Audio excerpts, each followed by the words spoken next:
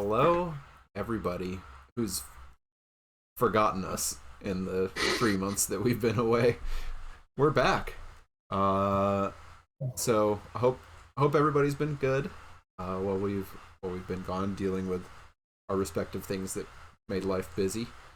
Uh, and lamenting this end to our campaign that we've been dreading and running from, but it's here all the same. Uh, So if, like us, you've forgotten anything that's going on here, um, a long time ago now, there was this thing called the Vanishing that started in the world, and it was making everyone forget all about who they were, everything about themselves before they eventually fell into the clutches of madness and and perished. And some adventurers set out to end the Vanishing long ago, and they uncovered a vast prophecy, and they traveled all over the land, met a lot of people, got put themselves in a great many dangers, and mostly seemed to keep coming back out of them. Some companions died along the way. Some came back. Some died again. And eventually we reached kind of a tipping point where we had to decide what to do. We had two great artifacts in our possession that we thought would somehow end the Vanishing, but we just weren't ever quite sure what to do with those artifacts. We ventured into a demon lord's realm, which proved to be perhaps our final journey. As we all made our way in there, some of us fell. The demon lord took what we were trying to keep away from them, and we faced last time. We faced kind of one final battle that did not go our way, and so I believe where we're picking up, we are still in that demon lord's realm, in the room that we battled in, and coming to terms with the results of that battle is where we're picking up. So Johnny's going to take us through this epilogue that will bring us to the close of this campaign, and then we'll, I don't know, well, I guess along the way we'll reveal some things that were going on that maybe the characters didn't know, maybe the characters thought was going on. We'll try to make sense of what we never were able to figure out, and see what was behind the Vanishing all along, maybe.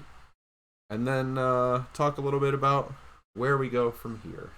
So, with that, Johnny's going to lead us through this last chapter.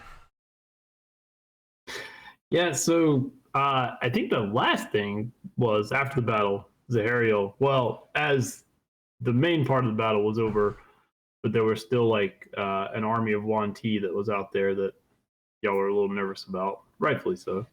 Zahariel said, "Gather around me," and he word of recalled somewhere, as it turns out, and all of our heroes in various states of reluctance. Some were very reluctant, and some were not reluctant at all. Joined him in the circle, and they left the demon lord's temple, and that was like the last thing that had happened when we last left off. So when the spell is cast and you all disappear, you blink for a minute, and when you come to again, you find yourself in a large stone circle room with runes all along the surfaces that pulse between a blue, green, white, and amber color. Looking up, to see the dissipating red and brown of the realm you just fled, and as it clears, the stonework and runes on the ceiling pulse with a white and an amber color. And as you get your senses together, you see Zahariel drop to a knee, produce his shield, and start speaking in a light, almost singing voice that seems to resonate throughout the chamber. Anyone speaking Celestial, which I know some members of the group do, notice he's essentially announcing his name, Zariel Regulus, his station here. He announces each of you by name, and then the last name that he speaks is Ephilis, and Ephilis, and Alma are with you as well. And as he does this, you see that he becomes kind of bask in this white-green light. And as he finishes announcing everyone, you see a door along one of the walls open up, and you can see there's amenities just laid out on a huge, long table, food and drink of anything you could think of is just laid out on the table right there for you. And Zariel, motions to go inside. And whether you go first or not, he goes ahead and walks in. And you can tell the room is well lit. Peeking in, you see it's lit by, there's crystals all along the ceiling and walls that provide a light to this room. And it seems like just a very large antechamber. And there's at the moment there's no one else in here. But he goes over and looks around and turns back to you and essentially says, come in. And you do realize that you are suddenly very hungry, very thirsty. You feel like regardless of the last time you ate, it feels like it's been a long time since you ate and drank. And that whatever's laid out here looks very good. And he waits for you to enter the room before he proceeds, but he seems to be standing very formally in this room. Where are we? As I proceed in to start grabbing food. And he tells you are in the Eternal Temple, is what he names it.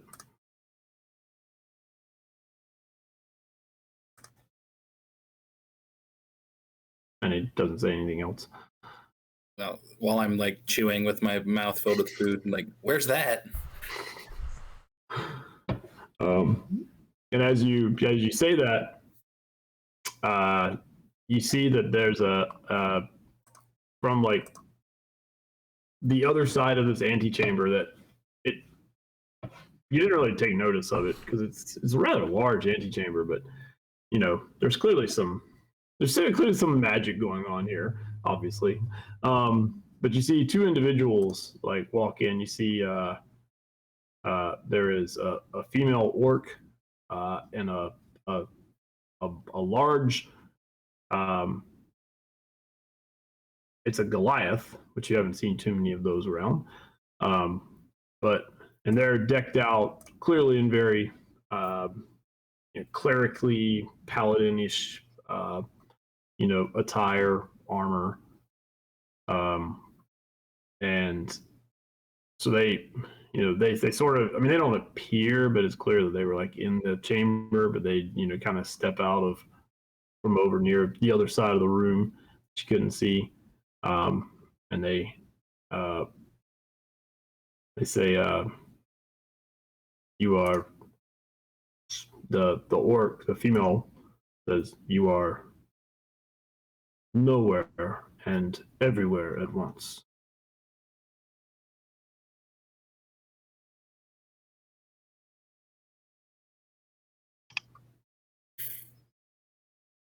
And then they look at. Sounds uncomfortable.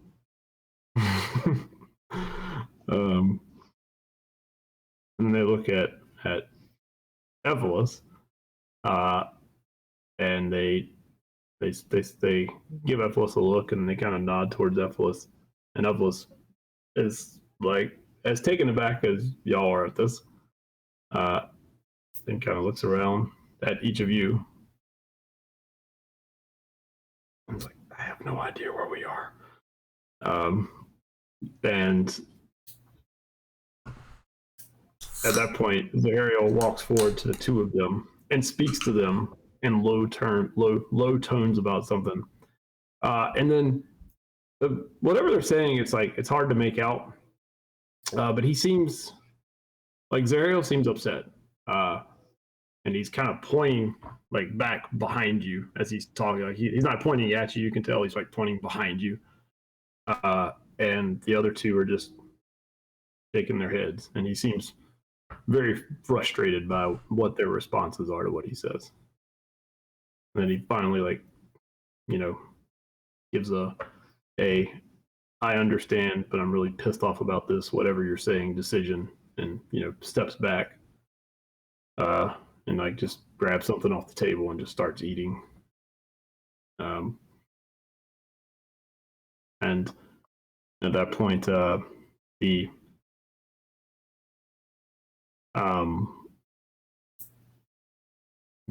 orc,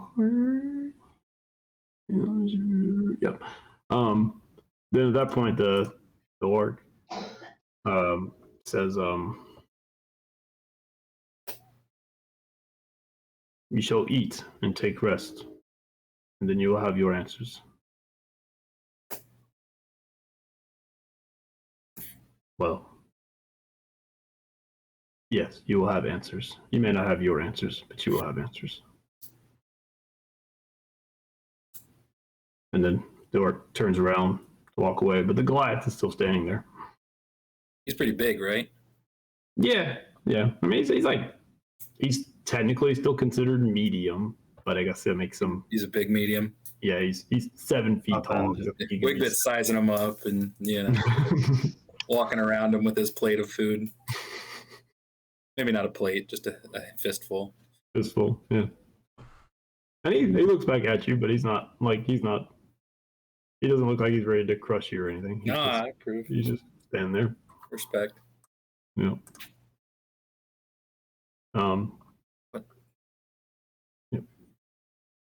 What questions are we asking? I'll whisper to whoever's nearest. My grandmother Farron.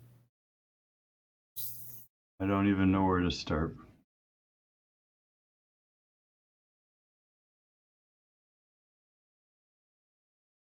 Who has the staff at this point? Marizel? Think so. Yeah. At some point, the Farron would ask if you can have that staff back. Sure, but careful with this thing. So I'm aware.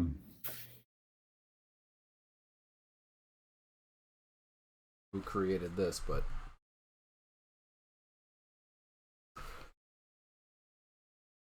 I'd be scared to use it. Interesting.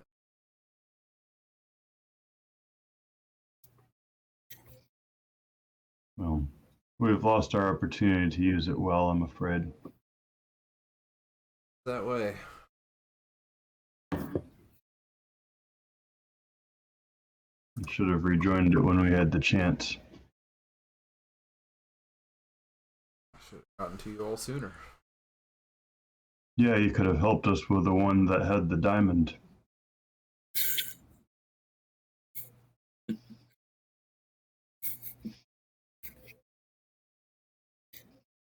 I'm sure Wigbit's asking questions because he, like, his last whatever minute has been chaos, and he was knocked out and he has no idea who's dead and where they are and all that. But I don't even know what to ask at this point. I mean, you get a recap of the battle in the temple. Yeah. Which, for those who don't remember, go back and watch the last 2 episodes. Yeah, and like where like Rowan is and where that other guy we hate is, and And Grem will share. Rowan got taken, and then Milan and Evil Kafra. Kafra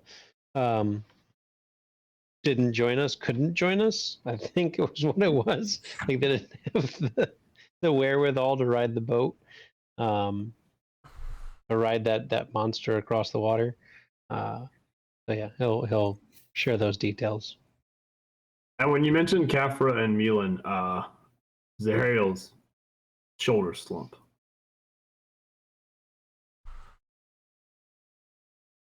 Did you know them?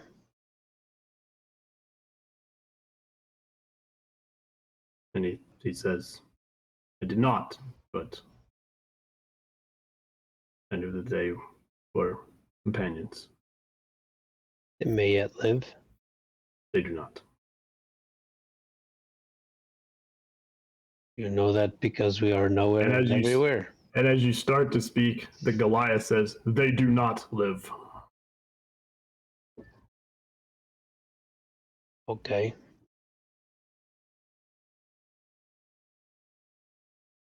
Do you know who lives and who doesn't?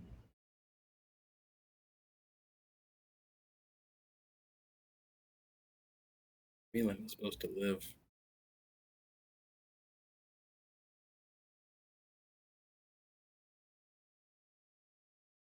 And the Goliath doesn't speak again.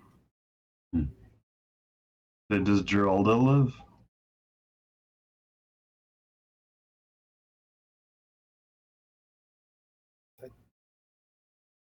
He doesn't say anything else. And Zahariel just continues to munch on something to eat.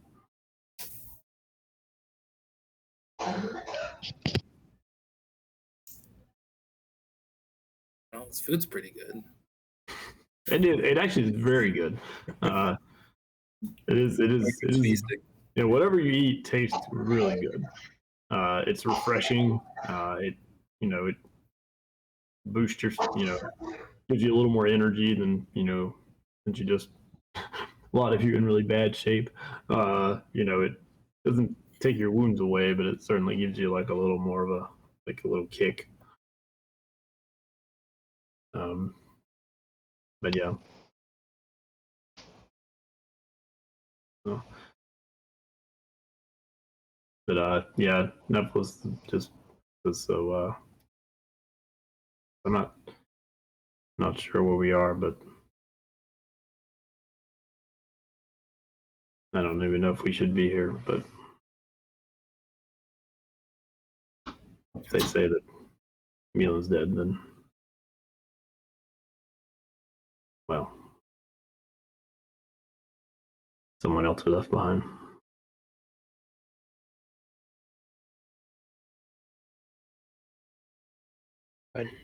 What are we going to do here? I do not feel like feasting. Nor do I. Oh, I do. I'll eventually stop.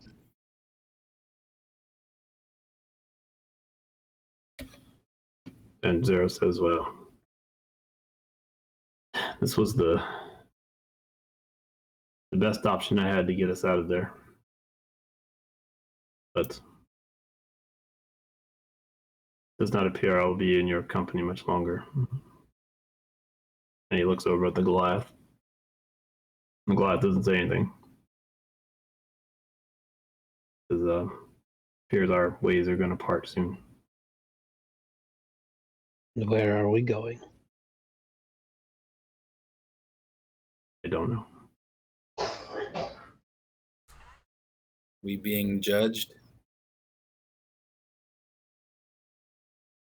You've made it this far, so if you were being judged, I think you passed judgment. Who's judging?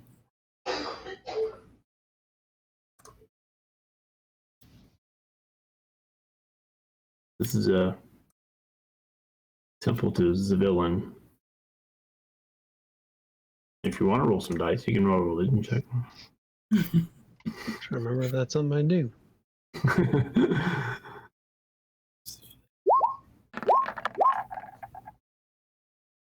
Moderately religious.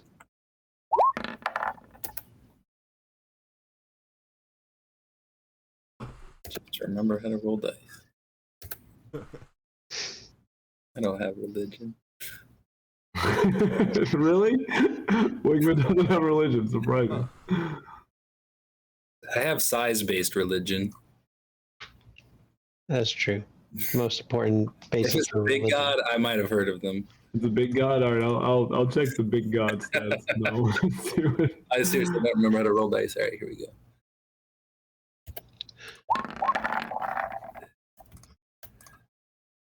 Oops, I didn't mean to roll 2 dice, Oh, nice. but it didn't matter much. Always with advantage. I raged religion.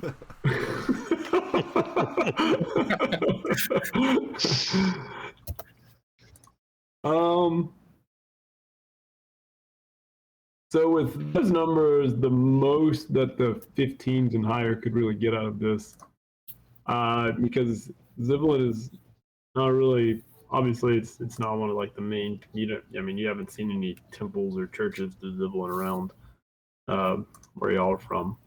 But with the 15s or higher, Ziblet is a deity of wisdom, enlightenment, insight. But that's like, so it's connected to any like wisdom-based goddesses. So like, for example, if Athena was in this world, it would be like a branch connected to Athena. But yeah, that's like as much as you can gather with those roles. Though it's clearly not a common deity in Warlock.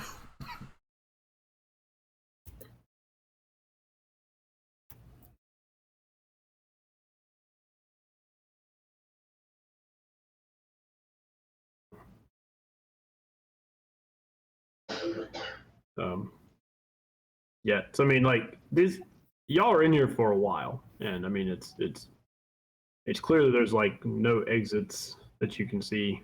The door y'all came in has closed, and then when you look back, it's not even a door anymore. It's like part of the wall. And you don't see any other entrances or exits.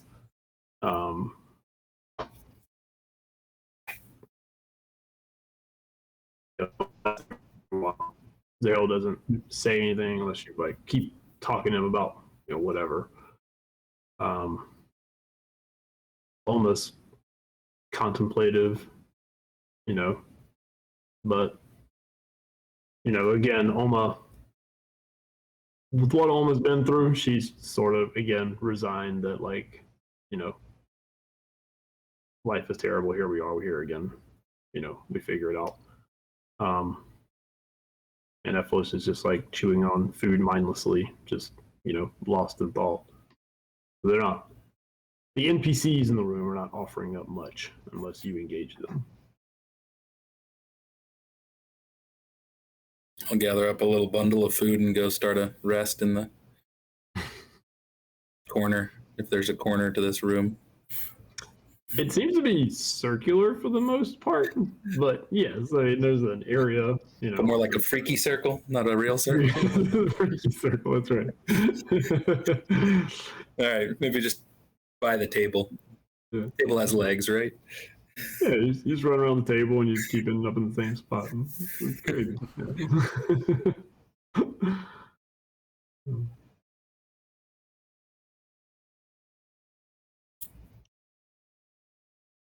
Fall asleep with food in my mouth.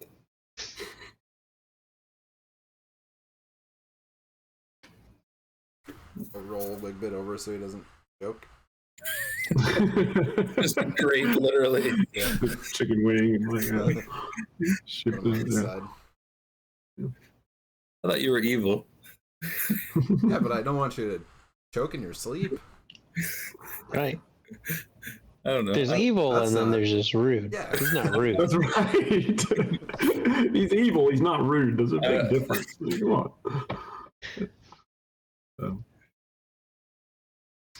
But yeah, so does anybody do anything? I mean, is there any more conversation? That was like the.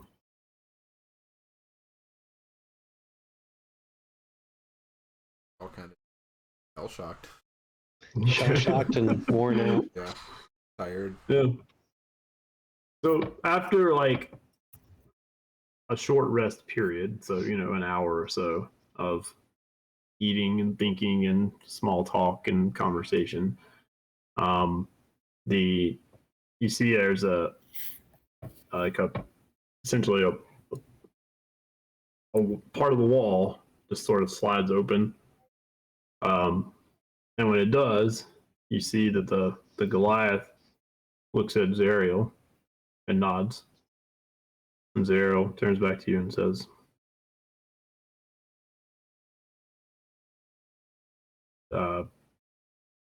something civilian. What would that be? Peace be with you now. May Good the luck. force be with you. May the force be with you. Yeah, something along those lines. Yeah, something along those lines. May the light guide you. Something along those lines. And again, seems very resigned that this is where it is. But and then he and the Goliath walk out of that door. But it stays open after they walk out. As you're like, look, as you follow them, your eyeballs kind of follow them as they walk out. You can see in the next area, like you can see there's shelves and books. And they kind of walk through and then they turn out of your sight and then you can't see them anymore. But the door stays open. Get up and go over there. Yeah. Be nosy and curious. Carry a plate of food with you as you go. Yeah, grab a restock. So you you go over to the door, and as you get to where you can see, and I mean this is like a large library. There's books from wall to wall, and then they actually rise. They go as high as you can see, and it's not like it's dark. Because you got dark vision and all that stuff, but it's like misty at the top as you're looking up at it. And so you can't see through it. Like a magic ceiling? Yeah, maybe.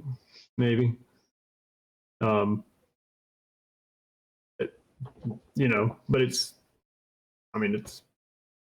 looks like a nice big old library. What types of books? Do you walk in and? Oh yeah. Just darling. Yeah. So you start glancing and you see books ranging from everything you could imagine. I know Wigbit doesn't have a huge imagination when it comes to history and things, but it definitely covers all the things. Yeah. But yeah, you start just kind of glancing at books over here to your left, and then you glance over to the right, and then you look straight ahead, and you walk a little further in, and then you see there's a figure, and he's the figure is it's hard for your eyes to adjust at first, but as you take it in, you see this figure sort of appears, and he's got his hand on a book, and he realizes it's a dwarf, and you realize the dwarf is probably about 8 feet off the ground as he's pulling a book out, and you see him open, and then he turns to you, and you notice he's missing an eye. And he turns to you and says, right on time, just as the lassie said she'd be. And you see him close the book and it disappears out of his hand. What are we on time for? Collectors. Aye. Collectors you are. You said you'd be here at this time. Yeah. Eldra? Ah, yes, the lass. She did well. I'm not going to keep scrunching my eye because that gets tiring after a while. We'll imagine it. I need an eye patch. Yeah. So we're on time for the time we were supposed to be. Aye. Aren't we always? Glad we're punctual. You are indeed. What else did Eldra say? Eldra doesn't say much. But I know enough. You've done well, collectors. Does Does not not seem feel like that. it. Sorry, what'd you say, Mike? Doesn't seem that way. Okay, yeah, we said the same thing basically. Aye, boyo. You went up against the schemes of gods. What did you expect? Gods are horrible. Aye, you are horrible. Bloody bent. What did you expect to happen?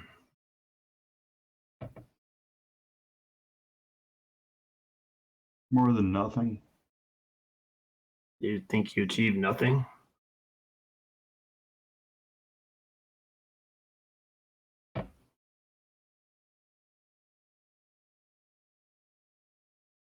And Ethel says, what did we achieve? Zaev. This what is it? Vanishing. Yeah, I'll call it the vanishing. Vanishing. It wasn't eradicated, but didn't exactly do what she wanted it to do. Didn't cover Vorla and darkness eternal as she would have hoped it would have. You speak as though it is over. That's not over. A matter of the past. It is a matter of the past, present, and future, as everything is. Okay. So we made it not so bad. Aye. You made This it not seems so worse. bad. Hmm? The last time that we were on Vorla, it seemed worse. Pockets, boyo.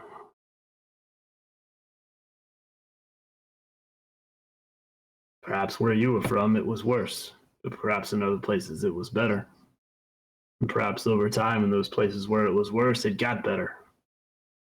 And perhaps in other places, it got worse.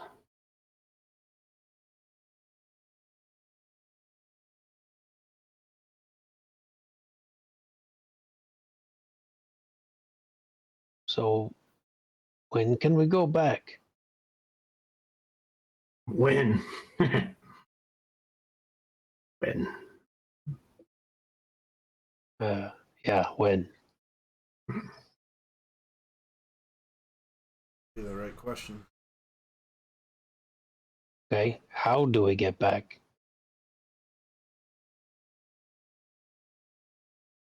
To Vorla. Well, there's still work to do. Your work is done. Well, We are fed. We should be fine. Our work is far from done.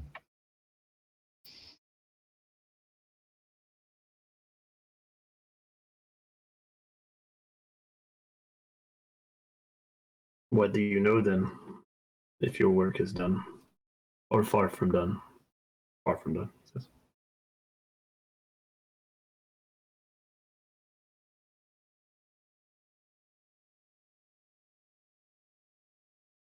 Sorry, what was that? So then what do you know if your work is far from done? Well, we lost the diamond. That was in the dragon-headed statue. And that's some key to the vanishing. Diamond.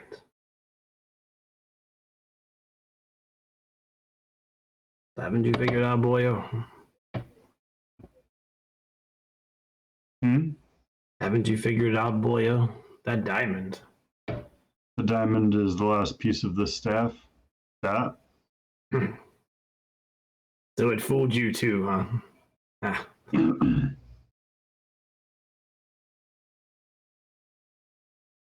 What fooled who? The The diamond stick, doesn't what it seems. the stick you're carrying, boyo, the stick. I didn't think you'd still have it. The prism wasn't supposed to go with it? No, I think it was supposed to go with it, but it doesn't go with it, if you know what I mean. That's what I thought. That diamond wasn't part of the staff. The diamond was good. It's not good or bad. That's Just also what I said. Just a tool. It's just a stick. The But gnome made it for you. the gnome made the staff? Yeah. Well, except for that piece that's on top. So it wasn't. So it's not actually Lord Franz's staff? Yeah, it's not his staff. There's a lot of things that those kids can do, but you think that they could get access to Lord Franz's staff? They're guardians, but come on, we're talking about a demon lord here. Sweet. The staff's a fake. Is the prism real? You mean the diamond? Oh, the prophecy called it a prism, right? The prophecy. Ah, you're so young. What prophecy does, it twists words, it mixes them and mingles them. It makes you think twice about them. More than twice. Aye.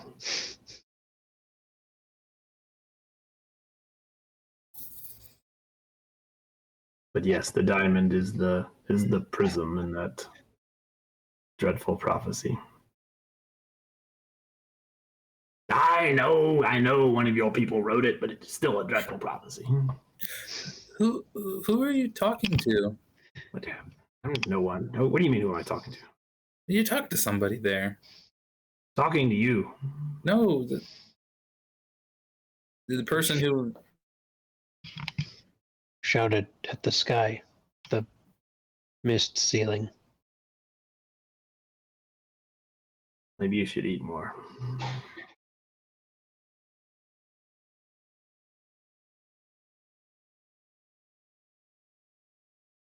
But yes, if you take that blasted thing off the top there, you'll have the only thing that Lord Franz would actually care about with that stick. The top part? Aye. Guess at least he didn't get it. Something.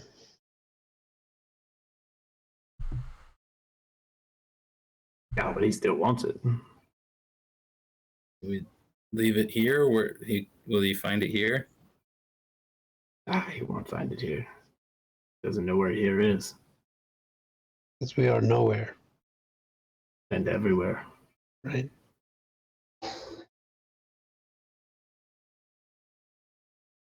You would not have knowledge of this place. Do what? He would not have knowledge of this place. He's never known of this place. Even The if last he had person enough. who said that his Maladias came to us.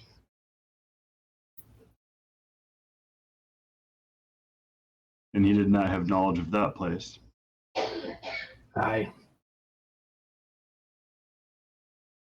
read about that somewhere.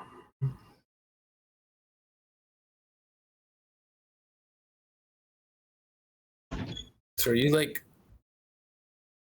Is this? Do you stay here? No, I'm just visiting.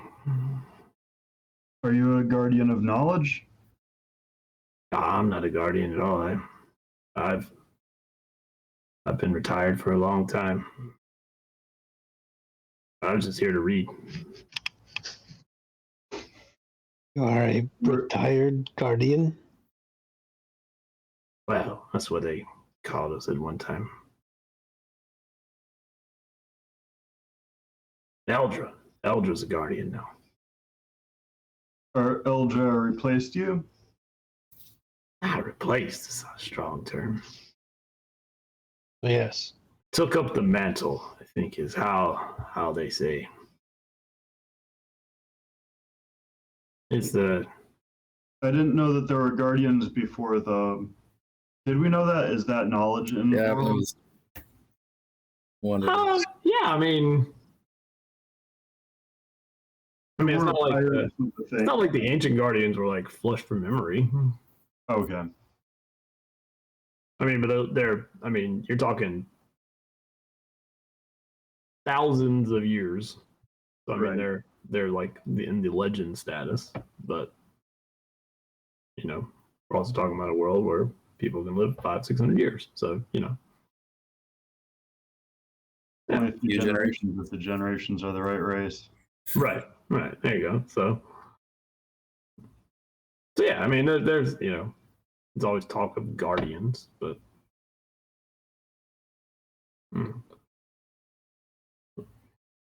Do you live in here, or do you live somewhere else and you visit here? like I said, I'm visiting. So we can leave. You can leave. I can leave. We can't leave. I probably can, but I don't know how you would leave. What do you mean? How do you leave? I just leave. You're young. You'll figure it out. How old are you? How old am I? Yeah. It's really hard to measure those things, isn't it? Depends on what year we're talking. When are we? What is it still? Whatever year we're in. 314. Yeah. Is it still?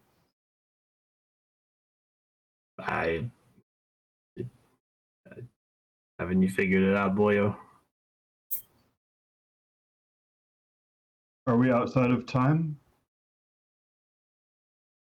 We are. Or at all time, no time. Aye. The evil one has it figured out. Of course, we have to have it figured out. Part of the job.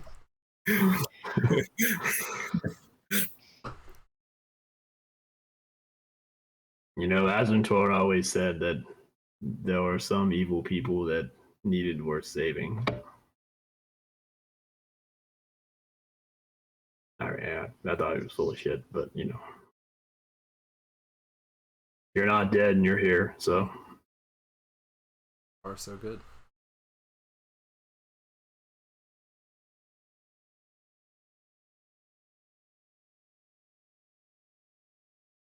So you want to go back and fight the Vanishing still? No, we could regroup here and then yes. But we don't know how to. We never figured out how to fight the Vanishing. Aye. We were going to the abyss for answers, and we lost everything. You were going to the abyss to make a deal, Yes. and you didn't do it. Nobody came with us except for Wigbit. We were supposed to go. Aye. I know. It's in one of these books. Really? And then we failed. Where? Can you show me the book? It's in here somewhere. I'll find it. You'll have plenty of time to read about it. Like, what just happened is in one of these books? Just happened. Well, it didn't just happen. Boyo, you were just eating a chicken wing. That just happened. You still Is got that- some on your chin, by the way. Is that in one of these books? It's only been a couple of hours, though. Or what happened long ago, and also has not yet happened. Yet is in a book. He really is smart. That's what this place is. This place is this is why I come here to read. All the time. It is recorded eventually here. And eventually means already. Now you're picking up on it. Is the end somewhere? Well, if it is, I haven't found it yet. Thankfully. How is this place organized? Gonna read more about the Vanishing here. But it would take you an awfully long time. Well, does the Vanishing affect us here the way that it affects us in other places? I would think not.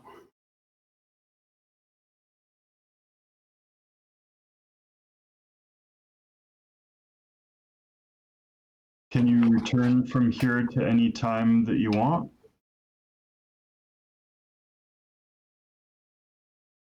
Can I? Yes. Can we? You can move through time from this space, but we cannot move through time from this space. Aye. I mean, unless you're the next Eldra. Does that get confusing? Like, do you always remember when you're supposed to be? And where you're supposed to be?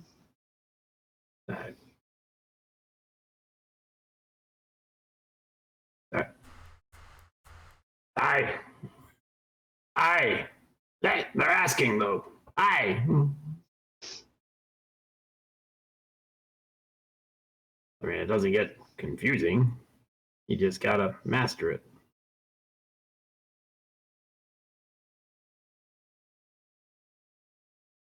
You remember that time when y'all were in that fight and you got killed, and yet you stood back up and killed the big old tyrant thing? Remember long ago when that happened? Yeah. Yeah. You know how you mastered the will to stand up and keep fighting, as you always do? I couldn't do that. But I know where to step.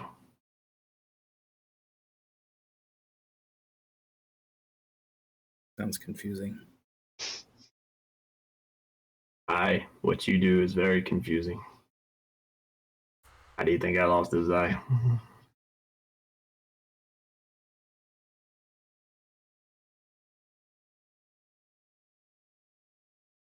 But you want to return to a hopeless fight. Would the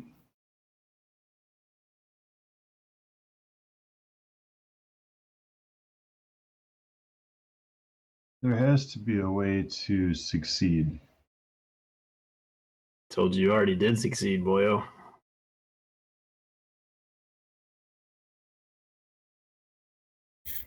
Was it the brain? Is that the success? I was very successful. And my That's kinsmen and my kinspeople certainly appreciate it.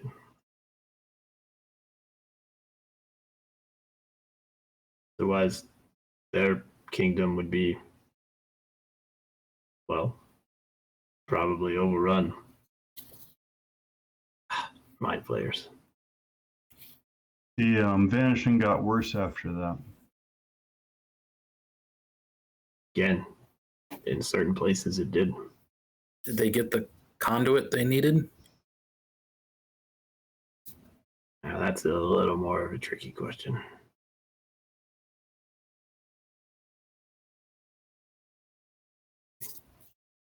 Did they use Geralda as a conduit, right?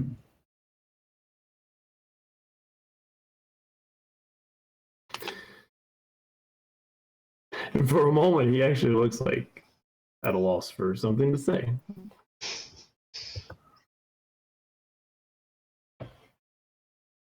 Well, she was used as a conduit, yes, but you know, deities have a problem. You do. They're all so proud. And sometimes they have a hard time seeing what's right under their nose.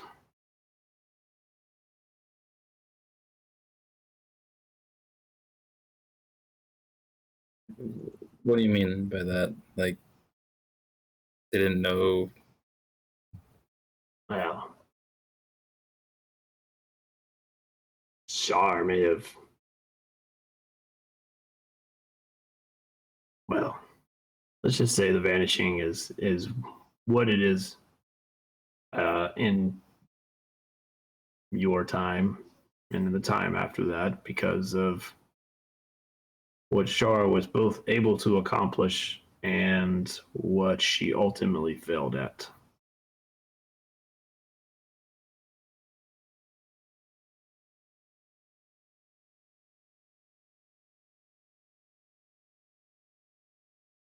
Which was Yeah, where did she fail? Because it seemed like she was quite successful.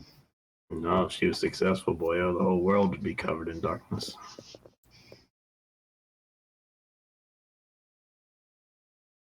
And the world is not. If you'd like to read centuries of history, go for it. You will find no point is the world covered in darkness. It has changed. But worlds, kingdoms, realms, they all change. They all fall. They rise again. The War of Tyrants taught us that. The first War of Tyrants taught us that as well.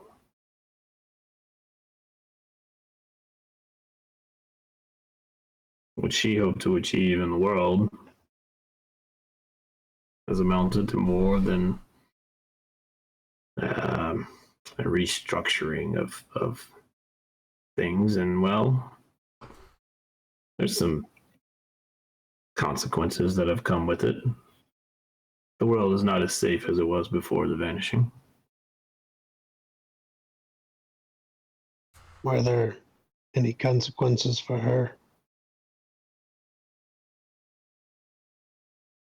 Define her.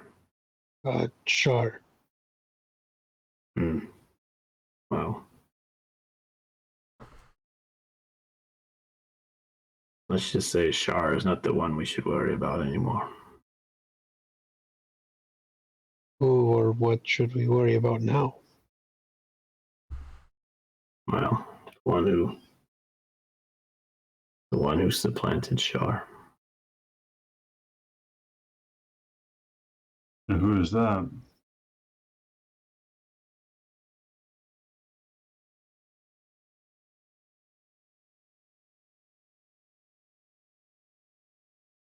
Lona would be able to do it. I don't remember her name. Is the lesser god that we gave the dragon-headed statue to? Lona? To Lona? That seems highly unlikely. Lona had a hand, but Lord Franz wouldn't be able to extend his reach there. I'm trying to think who was there a long time ago. I'm trying to think if any of y'all were there. Where's there? Maybe we could tell you. Wiglet was there. probably. I mean, Yeah, there's a good Wiglet was chance there. Wiglet was I there. think Wiglet was the only been one. around a while. Yeah, Yeah, been around since the Vecna Temple. yeah. He says, he looks at Wigbit and he looks at Ephilis and looks at Olm and says, the one you lost. Gerelda? Aye. Supplanted Shar? What I hear. What? Wasn't she a barmaid?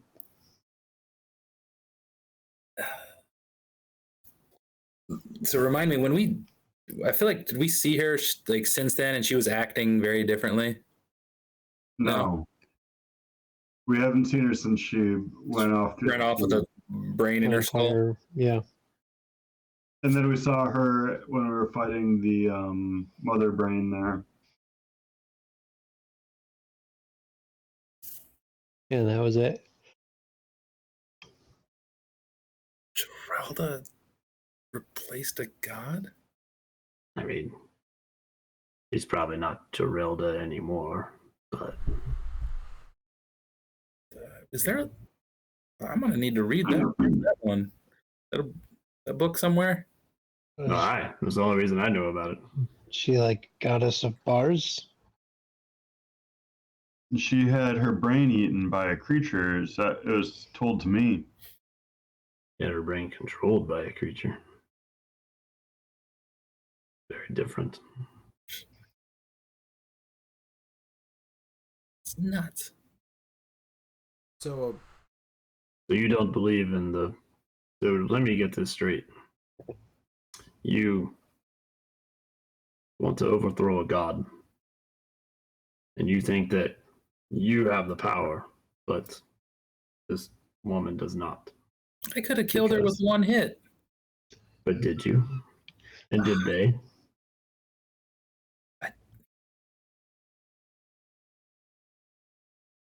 And how many of your companions have fallen? It just seems surprising. Aye. Well, at least Shara got some kind of repercussion. Even if now we have something worse to face. Something different, at least.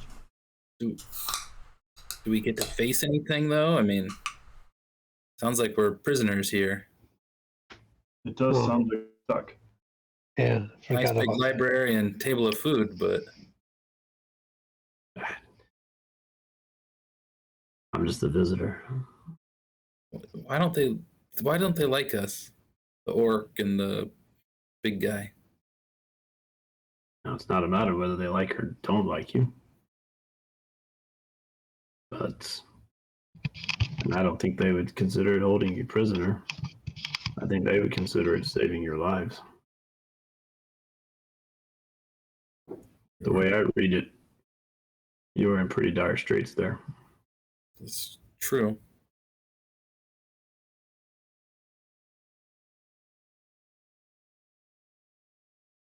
So we just breed and eat until we die.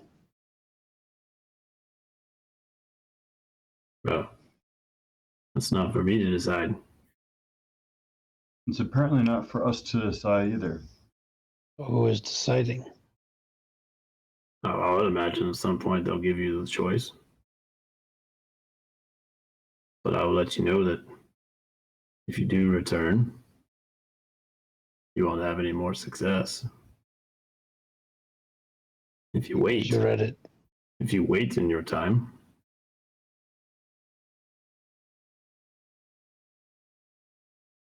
let's just say your successes have laid the groundwork for an eventual triumph.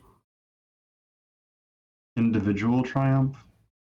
An eventual triumph. But it's not to be in your time.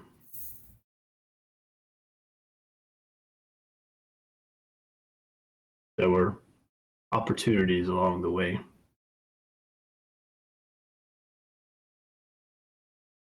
Well, we took none of them. What do you mean opportunities along the way? We took some of them.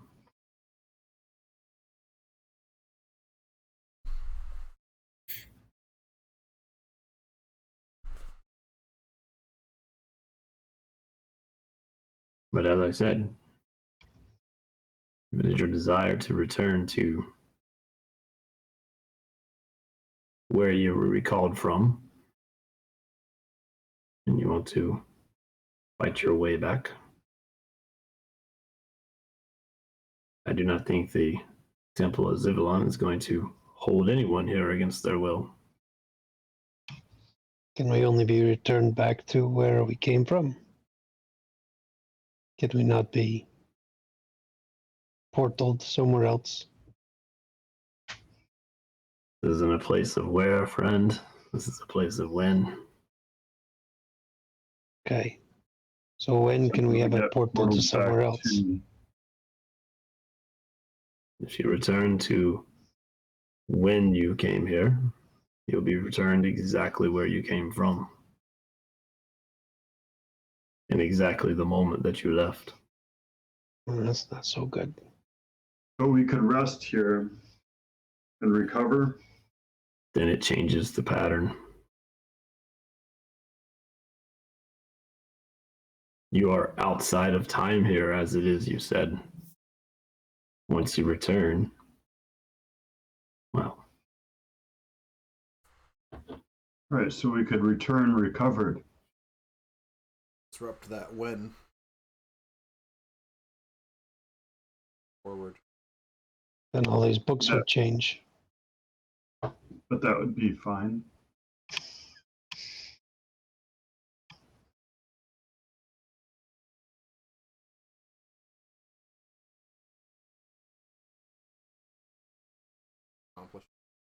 Accomplish. I'm sure I wouldn't. We What would we'd still need to be be able stuck. to do is travel back further back from when we left.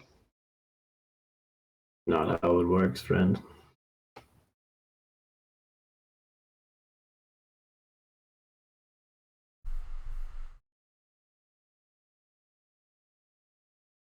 So Zelfod made the diamond also? No. Diamond is a diamond. Is it one of the diamonds? Aye. Really? I Aye. suspected, but I wasn't sure. That's the only reason that Eldra and Zelfod and the other flighty one could, and why Jack why Jack did what he did. It's the only reason they could even become involved at all is because of the diamond.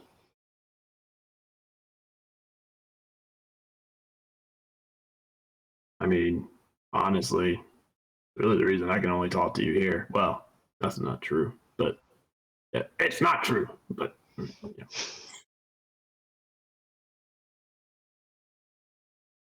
So one of the diamonds from the crown is with Lord Franz now, though. It was. He lost it? He did. How'd that happen? Well, I did say Jack, right? Oh, did they go in and take it? I mean, Jack just went in and bitch slapped him and took it. not just Jack, but the Guardians went and they had a conversation. And once Lord Franz realized that the diamond really wasn't anything he was looking for, wasn't part of the staff. But that's out of our reach now. They had to bring the diamond back to the world.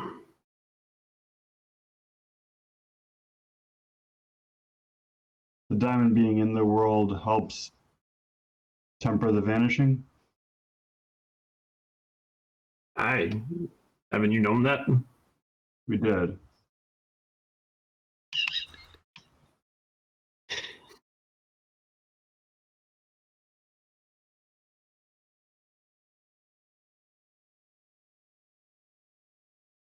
Why did you never connect it to the staff? If I had tried to do that, the person who was carrying the diamond, I'm sure, would have killed me.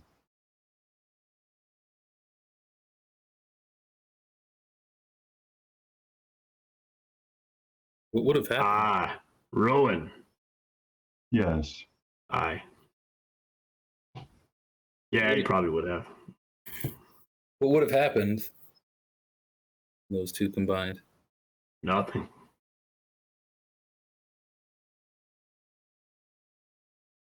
I mean, you would have had a staff with a diamond in the top of it. I mean, it would have made it seem like it had immense power. That was the idea. The idea was to create a ruse to fool the demon lord of deception. And with the fact that that thing on the end actually is the thing that he wants, he would have been blinded by it.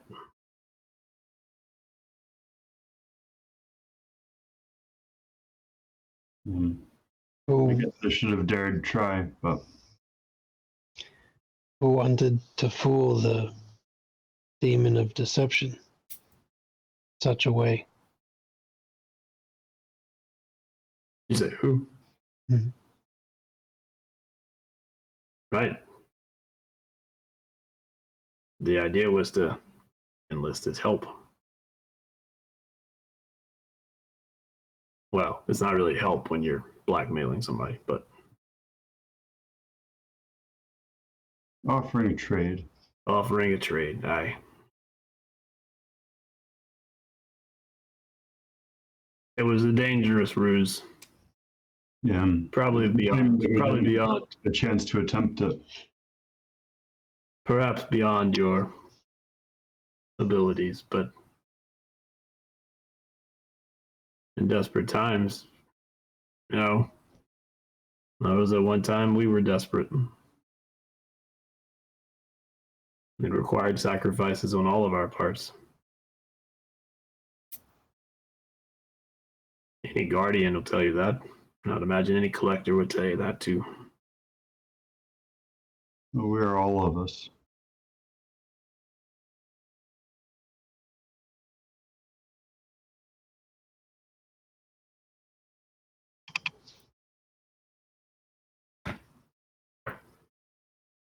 So you have a choice, though. It sounds like we have a bad option or we wait. And a different bad option where we go back to either our death or unweaving something in these books.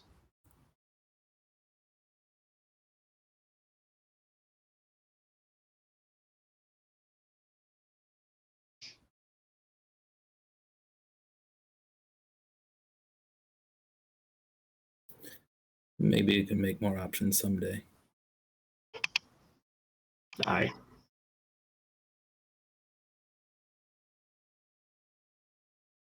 I don't envy you. I even sympathize with you. You took a task and you did the best you could. Sometimes our best isn't enough. If we go back and look at all the choices that we made, if there was one choice we could change something.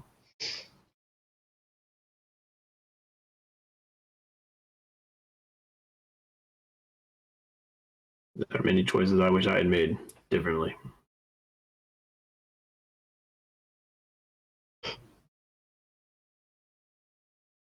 And some would argue I could go back and make those changes.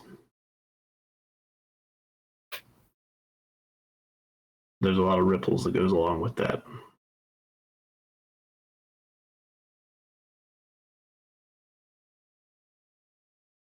You go back and you make the trade with Lord Franz, who says something worse doesn't come of it. Not even I can foretell that. He looks around all the books. At least not until we do it, or did it, or will do it. Then the books would change. Aye.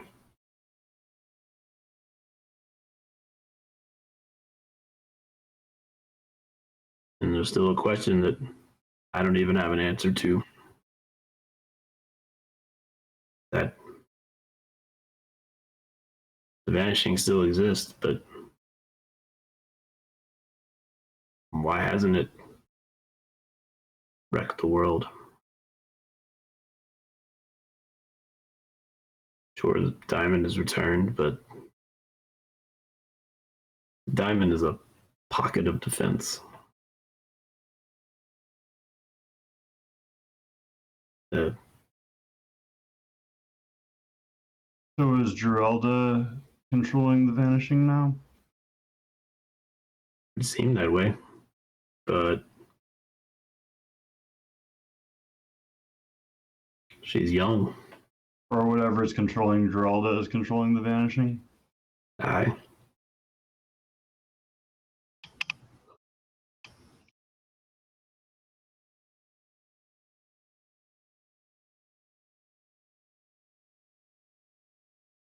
And thus it may just take more time to figure out what and how.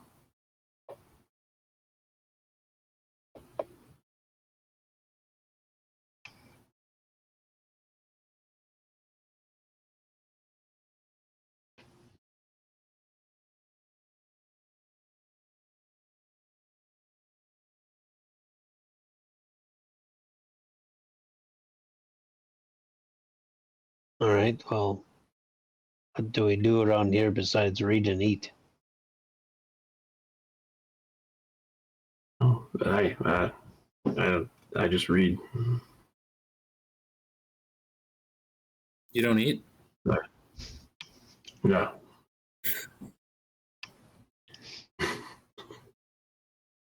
Although it's a nice spread over there. Is that you may have conversations with the protectors of the temple. I don't remember what they're called. The people of this temple. And they can perhaps cue you into things that will either assist you or won't assist you, but will be of benefit to you. But otherwise, I've never been beyond this room. I've never wanted to go beyond this room, but I'm sure the one you arrived with will at some point return.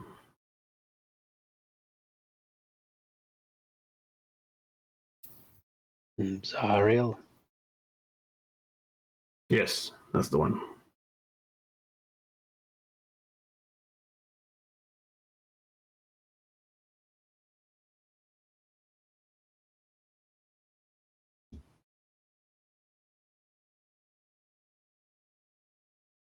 Okay then. It was nice to meet you. Where's your book? Aye. Like the book about you. Which one? Any of them.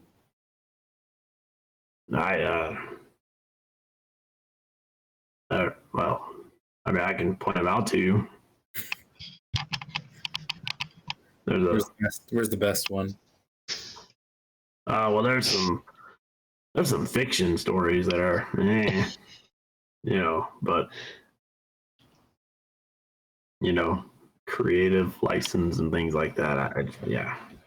They had some things very wrong, but yeah. But I mean, yeah, is this the decision you're making? Does not seem we have real choice we have in the matter, so yeah. I mean, you always have choices. a bad choice. Is Still a choice. It is still a choice, but not one we may leap into again.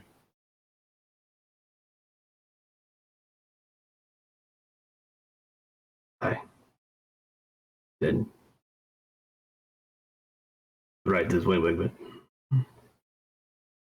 Does it have the part where you learned how to fly?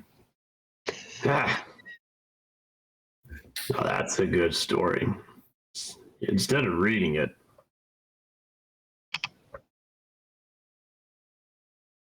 Dot, dot, dot.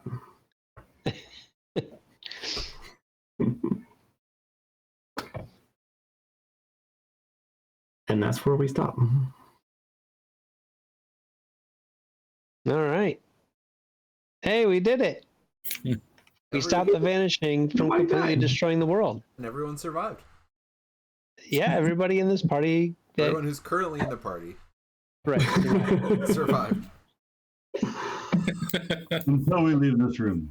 Right. As soon as we leave this room, we go back to death. Oh. Oh. Well, I If mean, we this wait long enough. temple. Yeah, that was. I don't know. Right? He was like, "You go back to when you came from time." So Right.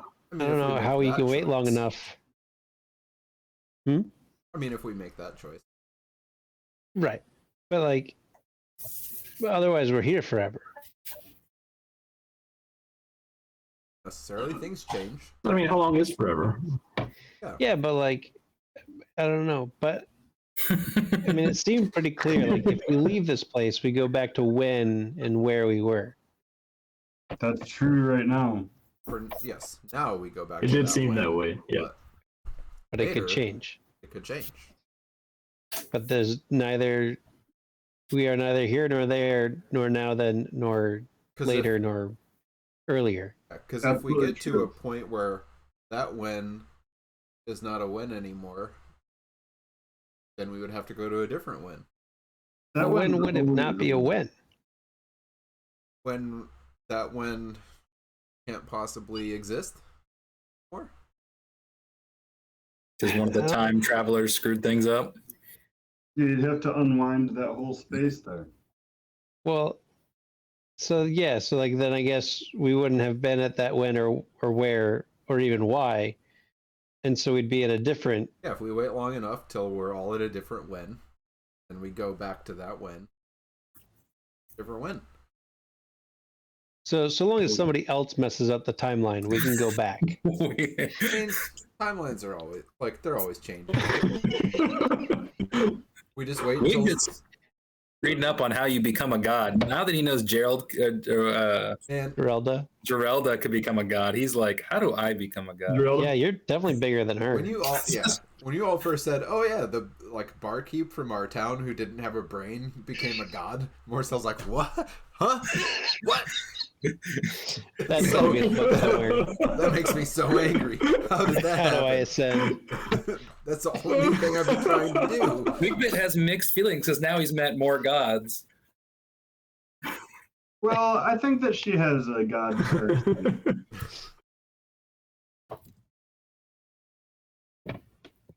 Yeah, I mean, eventually some wizard's going to try and do some kind of time spell, and some teenager's going to come and talk to him during it, and he's going to screw it all up.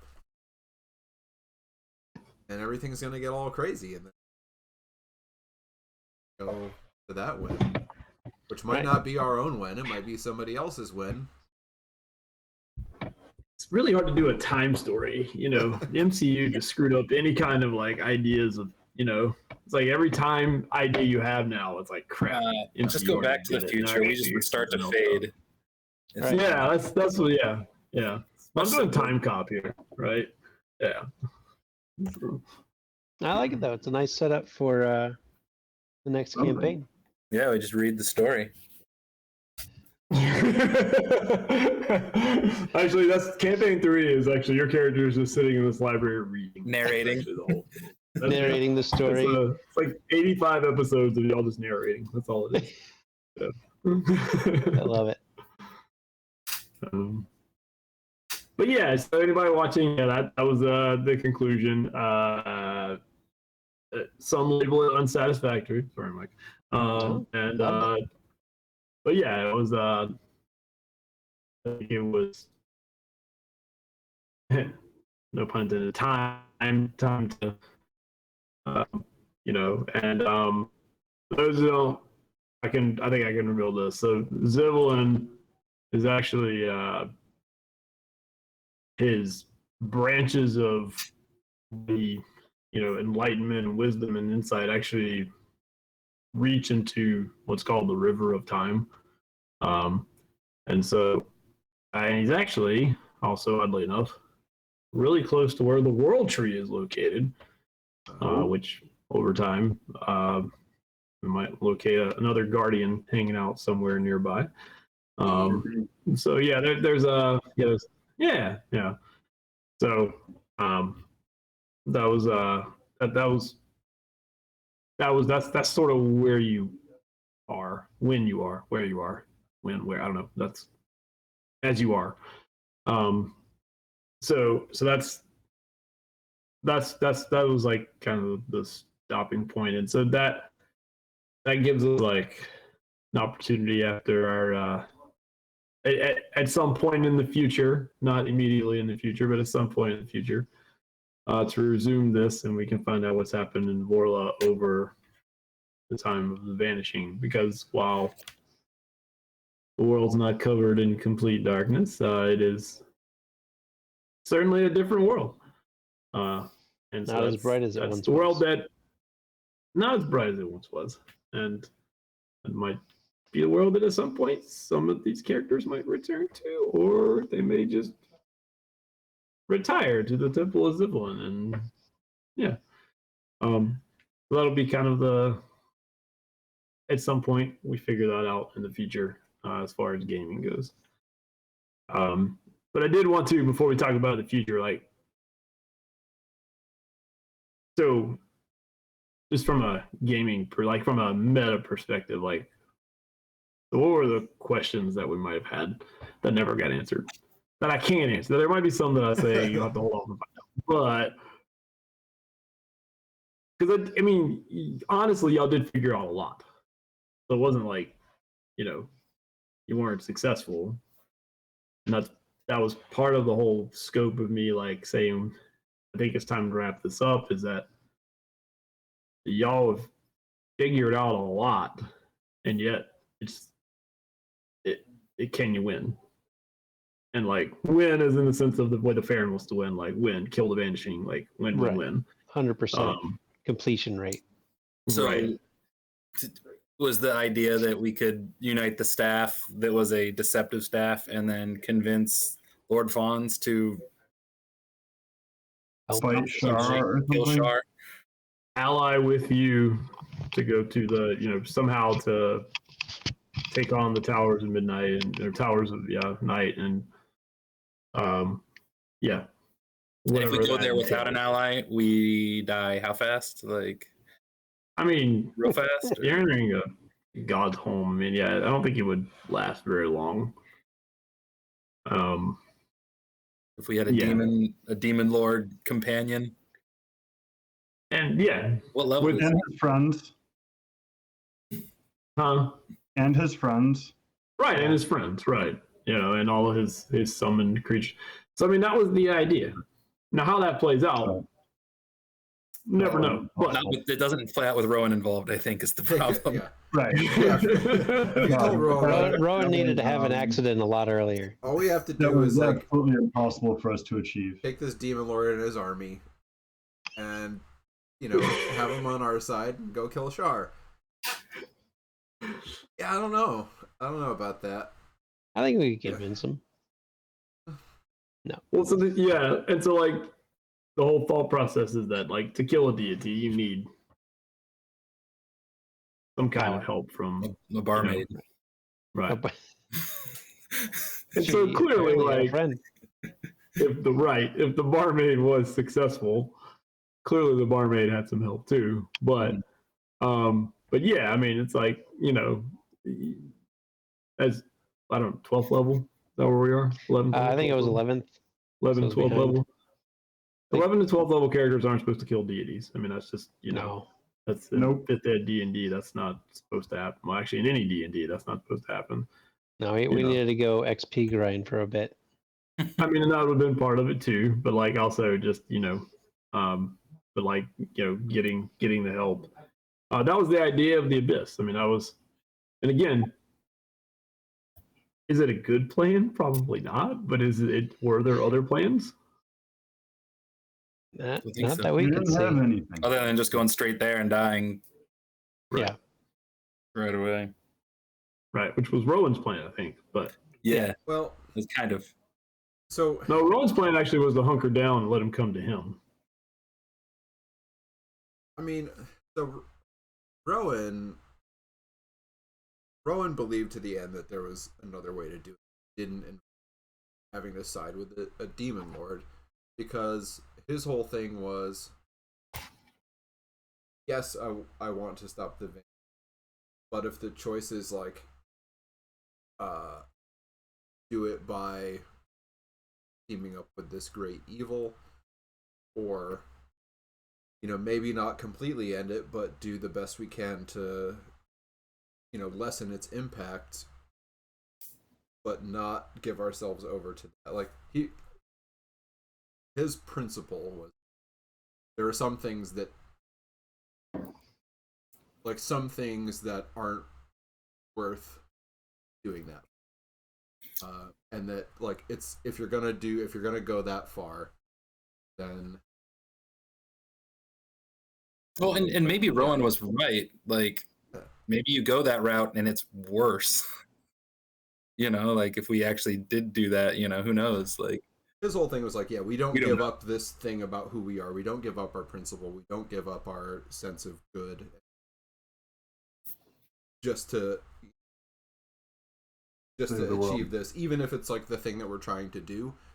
He was more about like, I'm gonna hold on to the things that I believe are good and right, and do the best I can. But I'm not like, it's not worth it if I have to give.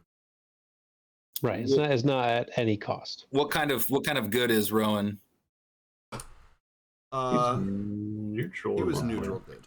Neutral good. I think you needed a little chaotic good in there to. I think by the end he had sort of slipped towards the chaos part a little more. Maybe. Yeah. Wigwit was chaotic. He, Yeah. He was okay with that plan. Didn't love it, but okay with it.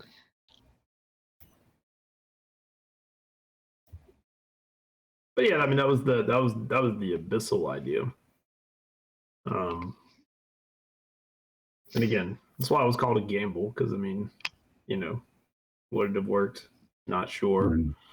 But unfortunately, once the hostile intentions were known, the negotiation kind of went out the window.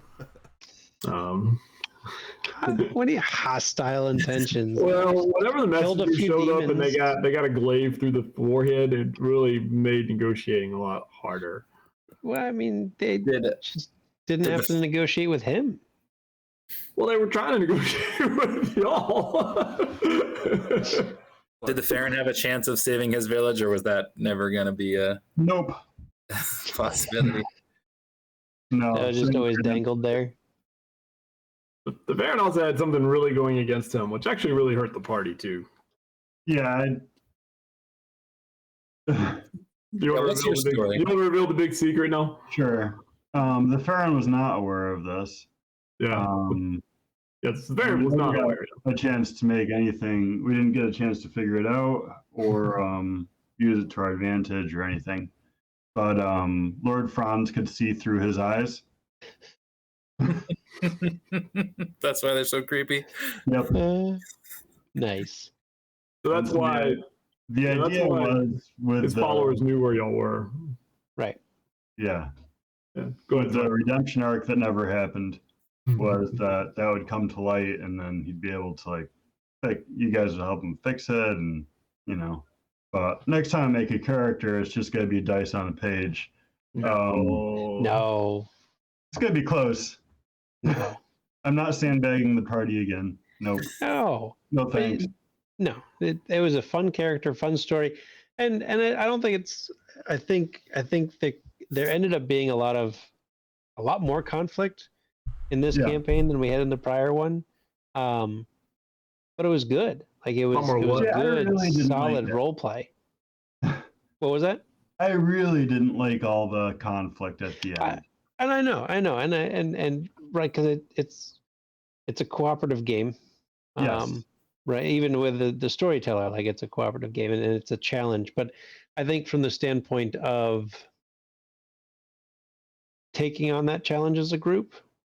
I like that, and I like it was definitely difficult at times to be like, what the fuck's happening here? Mhm. But I enjoyed the challenge as a group of having such discord and trying to find a path forward, not succeeding, but trying to find that path forward of a middle ground when you have two people on completely opposite ends. We were a very imperfect party. That was Yeah. We started. I was going to say we started better, but that's not true because Aaron and Rowan were there from the beginning. We just didn't realize how Well, poorly they'd mix. Yeah. Rowan just never believed that Farron wasn't That's evil. Right. Right. But- It's fair. But like you're saying, see, like one of the fun things for me was figuring out how to like push that and kind of leave that tension and that unease, but also as you know, like Josh the player not wanting Rowan to just be like, I'm just gonna chop Farron's head off and be done with it. Me finding ways to like Wigbit came perilously close to throwing down with Rowan on several occasions too, and it never happened. But it was like, yeah, so like finding ways to to keep your character going and like be able to live in that without like falling into sort of the it's like more interesting if they have to be. There's something. So like I found myself as Rowan trying to find like, okay, there's something about the Farron that's going to keep me from like just out and out butting heads with this guy. Like there has to be something in there. So like the things I tried to hold on to is like him losing the village and kind of wandering the world not knowing what to do and having sort of this traumatic thing. There was always like some glimmer there for Rowan, like, yeah, this guy's been have to remember. I thought that was fun. Yeah. I mean, I'm not saying I wouldn't enjoy the next campaign, us all being a bit more cohesive. Yeah. But no, it was definitely fun, and it was fun. It was challenging. I mean, but to that point though, like, I mean, what makes a good story is conflict though, and like, I'm not saying we're all just buddies. and like, I mean, if you read like any good story involving multiple protagonists, like they don't always get along, and they do have to find a way to, in a lot of cases, with different backgrounds, work together to solve a problem. Every Marvel movie. So I mean, the challenge becomes is when they always don't get along. Right. And there's no upside. No, we got along decently well. But like that really only became a thing. Honestly. Oh, we haven't even hit midnight yet. Are we losing them? Oh. Maybe he's still on daylight savings. Yeah. Am I? we lost it. Only Am when I it out? became a thing. Am I back now? Can you You're hear back me? now. Yeah. Okay. It only really became a thing when Rowan came back. Right. Because in the beginning, Rowan, Farron, Selenar, and Ravi, like they all, I mean, had a purpose. Even when Selenar went nuts, I mean, they had like, and he didn't go nuts. He's made poor decisions. But, it was just like, so I mean, it really only became a thing like very recently. And I would say even like the trip to the Abyss is sort of what tipped it. And I mean, if you read the Abyss is a place that is supposed to mess with your psyche and your emotions and everything. It's an evil place. I mean, so the fact that there's like conflict internally as well while you're in the Abyss, I mean,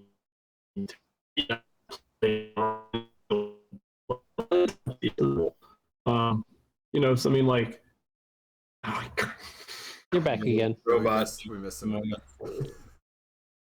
But the Abyss is an evil I'm gonna place, stop talking. and so like having that conflict was appropriate. Yeah, the Abyss is horrible. It's a horrible place. I mean, it's just, to me, that played into that story very well. And like, unfortunately, if you have a downer of an ending, like is the Abyss. I mean, the Abyss is kind of a good place for that to be an ending, right? I mean, especially when one of those characters has a direct connection to it.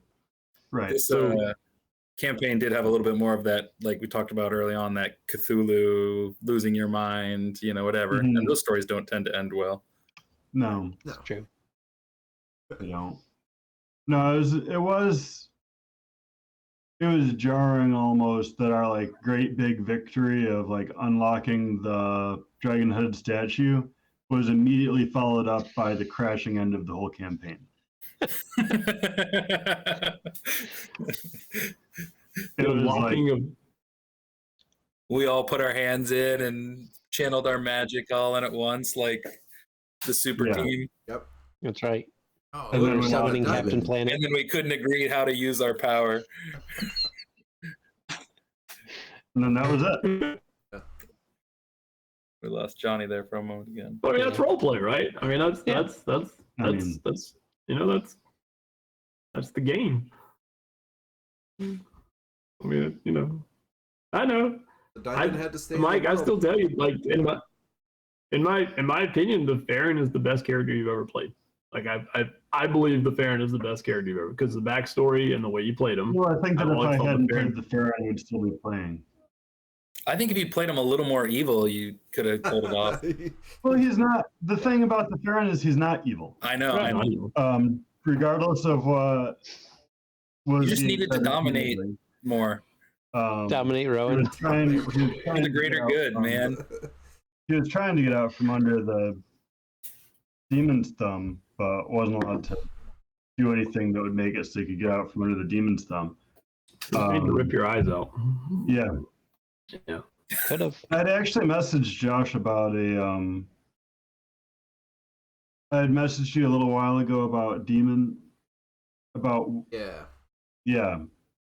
I was trying to figure out a workaround for when the Farron had to invariably tear out his own eyes. But it never came up.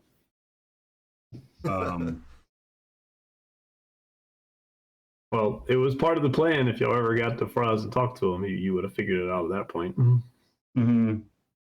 I'll see if we had known at any point. That would not have been revealed. If the Farron had been like, "Hey, I think a demon lord's seeing through my eyeballs," Rowan would have been like, "Let me solve that real quick." I got you. Don't worry, I'll help.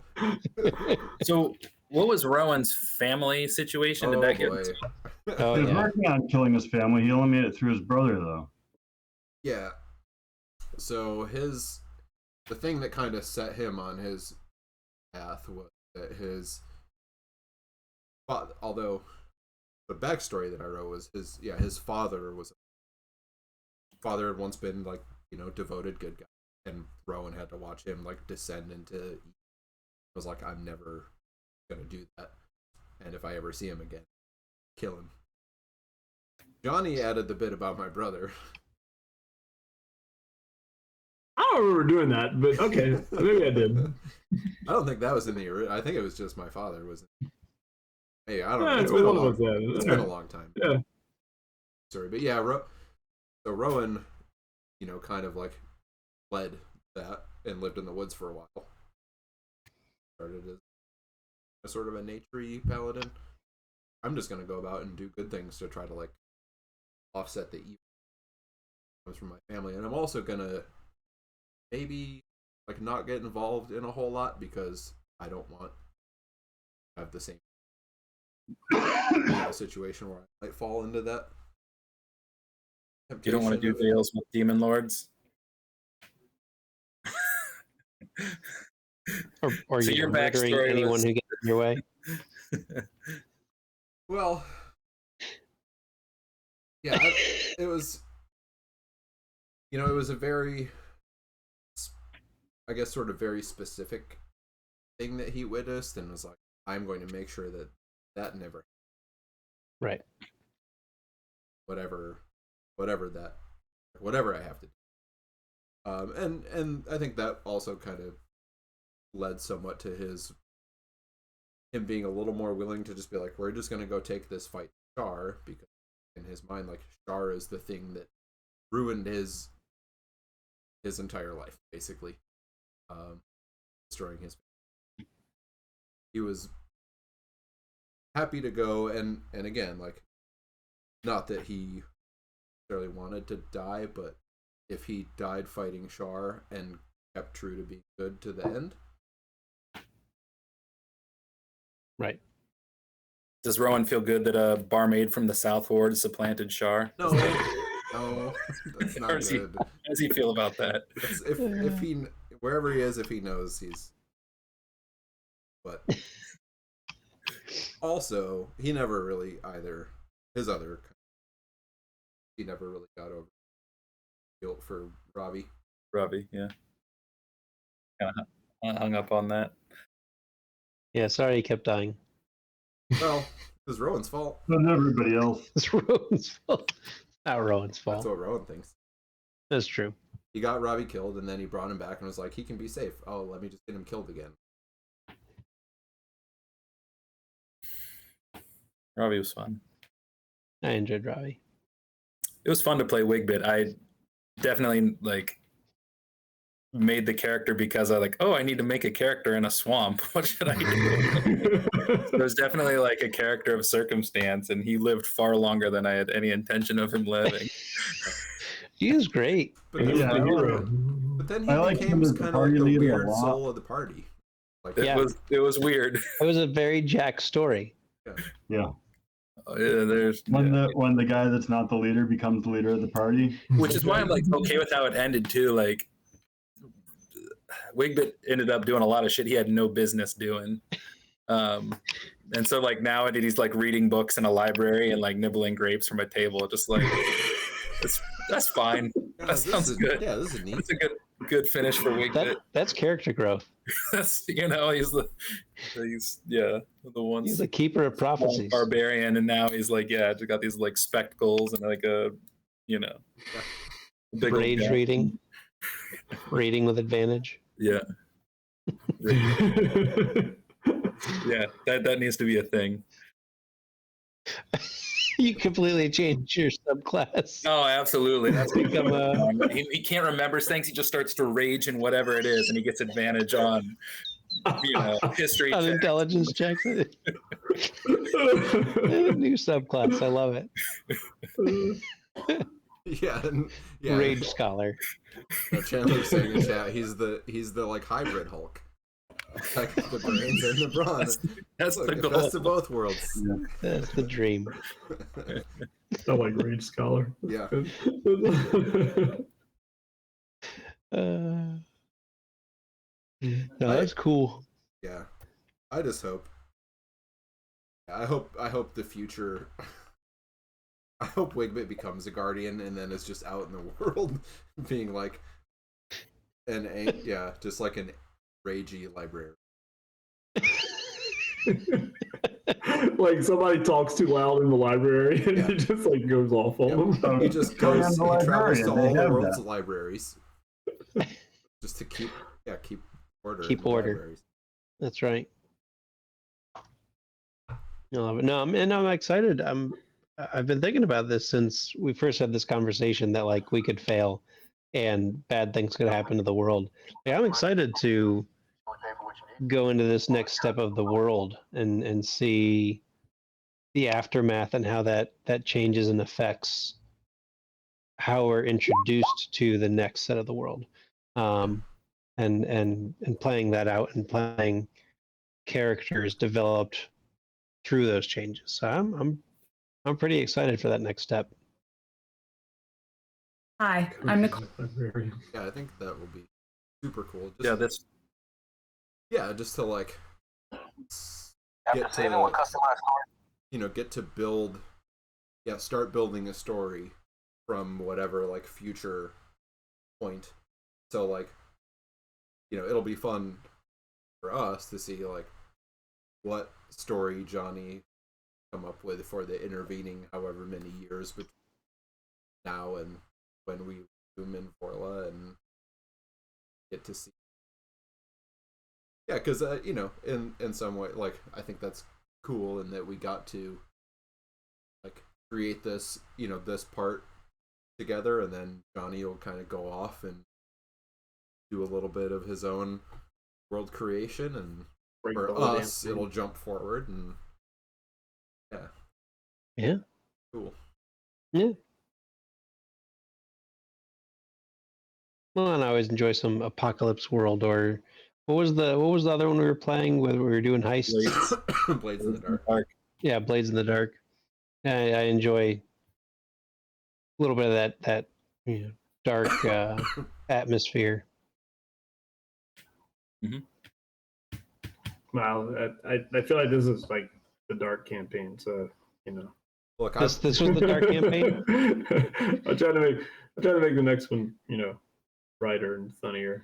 Well, I mean, we'll get there, right? Like, I think this one Yeah. started It'll bright start and dark. sunny. Yeah. Started bright and sunny, and Yeah. here we are. I think the other one, it's going to have to start dark, and then we'll brighten it up. Yeah. I'll play Harrigans. That's it. That's what happens in the world. Everybody's Yeah, turning we into can just roll right Harrigans. into like All the humanoid classes this is are what now. the apocalypse looks like. We're in the Feywild. Yep. That's it. Yeah. There's Harrigans. There's the owl people. There's the turtles. Humans have been extinct for millennia. Right. Human. That's where the darkness was. It killed all the humans and elves, dwarves, anything of your classic humanoid, and all that's left are the animal people. It's root. Except for one mechanical man deep in a basement somewhere. He's still sitting there. I know. Powered down. Yeah. At some point, he's gonna get charged up and be like, "Hey, what happened? Oh, something happened. I guess those guys failed." They need to invent some double A's. That's how the next campaign starts. Yeah, a bolt of lightning comes That's down. it. Seth Wait, comes so- online when a rat steps on him. Yep. Exactly. Spits them out. That would be. I just watched Conan the Librarian. That's amazing. Sorry. I was just watching Mike's YouTube link. Conan the Librarian. That is exactly what I expect Wigman to be. That's what you were describing. That is exactly what we were describing. Down to like the last scene where the guys are turning a book. 100% Wigbit.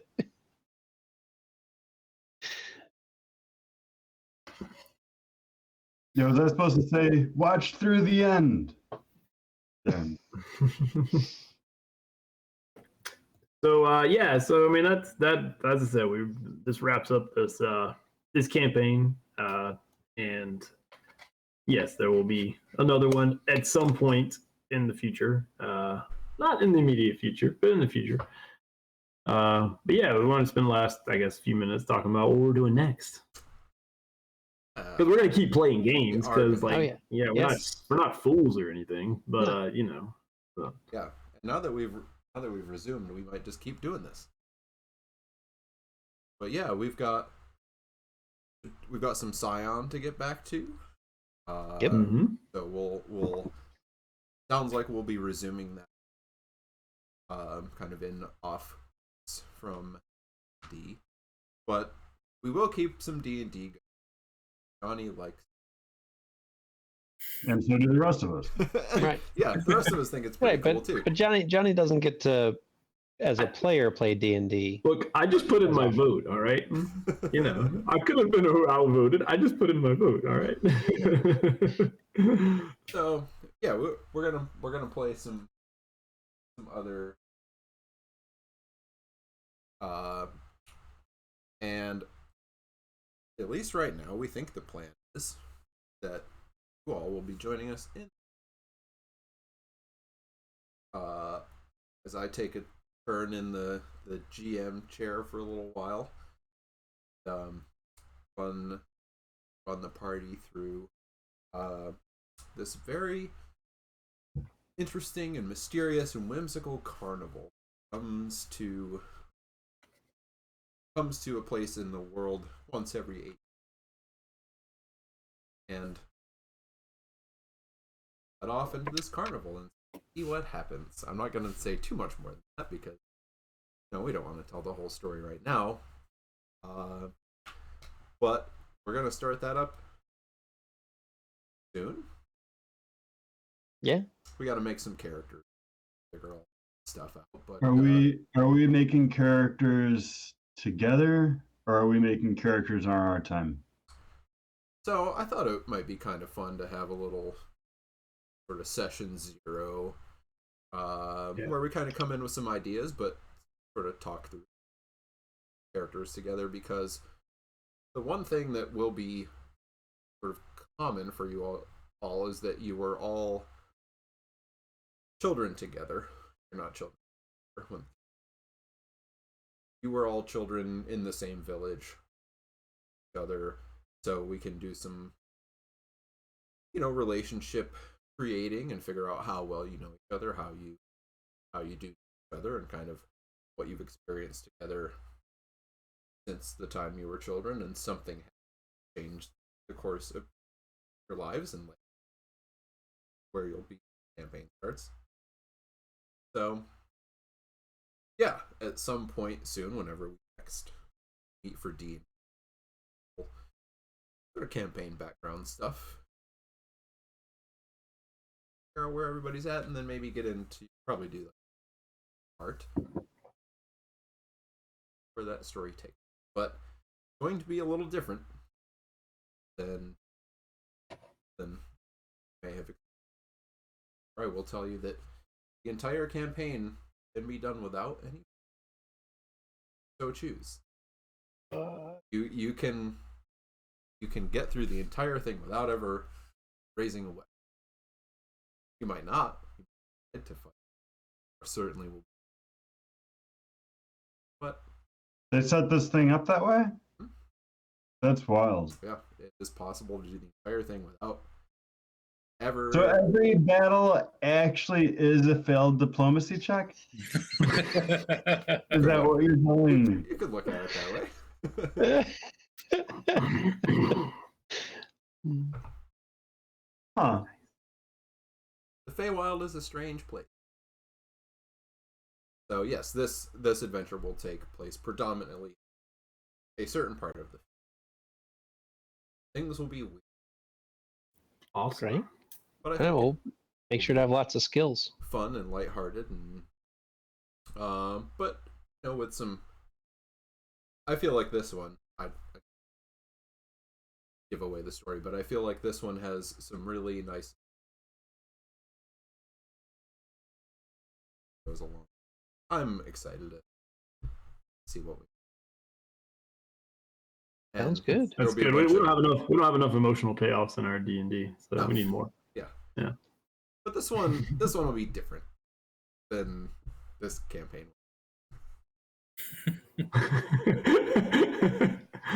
You will not end up in the abyss. I'll give you that much. I don't think he'll end up in the abyss. I mean, I guess anything's You don't possible. know. Anything's possible. We get high enough level, and one of us gets the right spell. Not a dare. You might end up in the abyss. We're all playing Farron-like characters. You wasn't evil. Yep. You're all rabbits with demons that see through. Yep. Seems fine. Cool. Yeah, sounds good. So, yeah, I don't know. We'll figure it out. We haven't really talked about what we're doing yet, but if you pay attention to our Twitter, where there's been a really wonderful history of this world going on that Johnny's been doing for a little while now. Kind of got into this old stories of Orla. We'll definitely post it there on our schedule, or follow our Twitch channel. You'll live. Expect some Scion Soon. Yeah, we'll figure it out when in a for few, everybody. probably, and some D&D also soon. Back with a new campaign.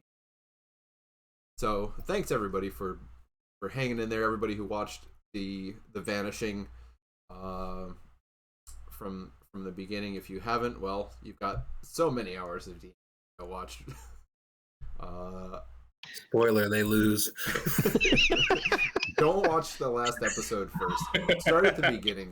Sorry, Johnny. They just watched the last episode that literally just It's not losing. They If just you just didn't tuned win. in now, don't watch Right. this episode.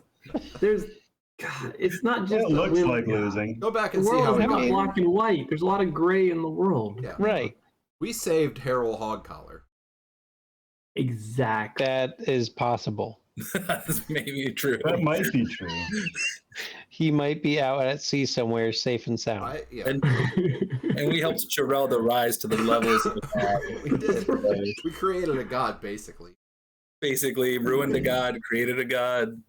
Right? That's pretty good I'd work. say some Yeah. work was done. We didn't let everybody get vanished. Saved Harold Hogcollar. Yeah, we did a lot of good in the world. That's the entire list. I mean, there are other things. We killed a few good guys along the way. Look, Did I just want we liberated our entire city? Don't forget That's did. true. from siege. That's true from a Rakshasa. Also, I want to point out that I set this entire campaign up as you could do it without conflict either, without battle. But y'all No, y'all just couldn't do it. Y'all couldn't diplomacy, so we had to fight. I mean, Yeah, I don't see how he got through any of that campaign without failed diplomacy checks. yeah. Hey, giant I feel brain, giant brain thing. Please don't go to our city. Yeah. listen, if y'all had a persuasion that was high enough, you never know, right? Did y'all True. try to talk to it though? No. But We'd see, gotten past that. But yeah, look. I mean, think of all the good we did there. We killed all those mine. That is true. Like we already covered in this, we saved the entire dwarf zone. Like Angrist is yeah. Yeah. I forgot about Dak, the real hero Oh for man. this adventure. Yeah. Yeah, we did. I mean, we still destroyed that elder brain. That was no Yep. small feat. Yeah. Josh, didn't you have a level 1 NPC that lasted like way longer than he should have? Yeah.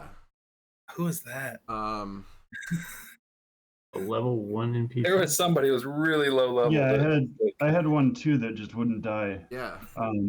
I had the bard. Yeah. They're not in my collection anymore. Oh, Yeah. that's right. Here were those the gnomes. Yeah, I know. The gnomes, yeah. Yeah, they did well. There's some good NPCs in that campaign. Yeah. Oh yeah. And like, there was a little. I mean, there was a nice It's fun. love story. You know, a couple roaming the Shadowfell, Is that a love Oh, story? that's right. killing all the bad things together for the rest That of was their lives. what do you call it? A drow and a Yeah. Drow and a gnome. Swerf Neplin, Just for Nevlin, yeah. Yeah. Gralrez. Yeah. Growrez and God, bro. What was her name? She tore Yano the shit up. K. Yano the K. I don't remember. I want to say Kendra, and that's wrong. No, Katari was last. Caliph. Caliph. Caliph. Caleb. Caliph Caliph. Aranan. Yeah. Yeah, that was a nice little story. Yeah. there were a lot. Yeah, I'm remembering like when Mike's character got huge and just like, oh, that was amazing. Oh, that's the dwarf. Potions. Yeah, Oh, yeah. yeah. Oh, on the battlements, and he's just like Yeah. throwing dudes off. Yeah. Uh-huh. That was amazing. Yeah, Alien Almost was heard it. nuts. Haley? Yeah, his suicide was probably our downfall. I don't know. The one with Alien, he was nuts. He wasn't. That and then what? The one where we all died when Wigbit was brain dead. Mhm. Yeah. When we went up against the Mind That's- Flayers. That was a big pivotal. That was a moment big there. loss. Yeah, that came down to Josh couldn't roll a save. None of Yeah. us could roll dice. That character was super powerful too that you had there, Josh. Yeah, boy, but and he could have just left. He could have just left. Said, I'm gonna stick around and finish this off. Oh wait. And the Mind Flayer had less than like 10 hit points Yeah, or it was whatever. Like done. you would have killed it One with one hit. hit. Yeah, I was done on Yeah. my next. I got to. Uh-huh. If I ever got to shoot another arrow. Couldn't never raise your weapon to shoot.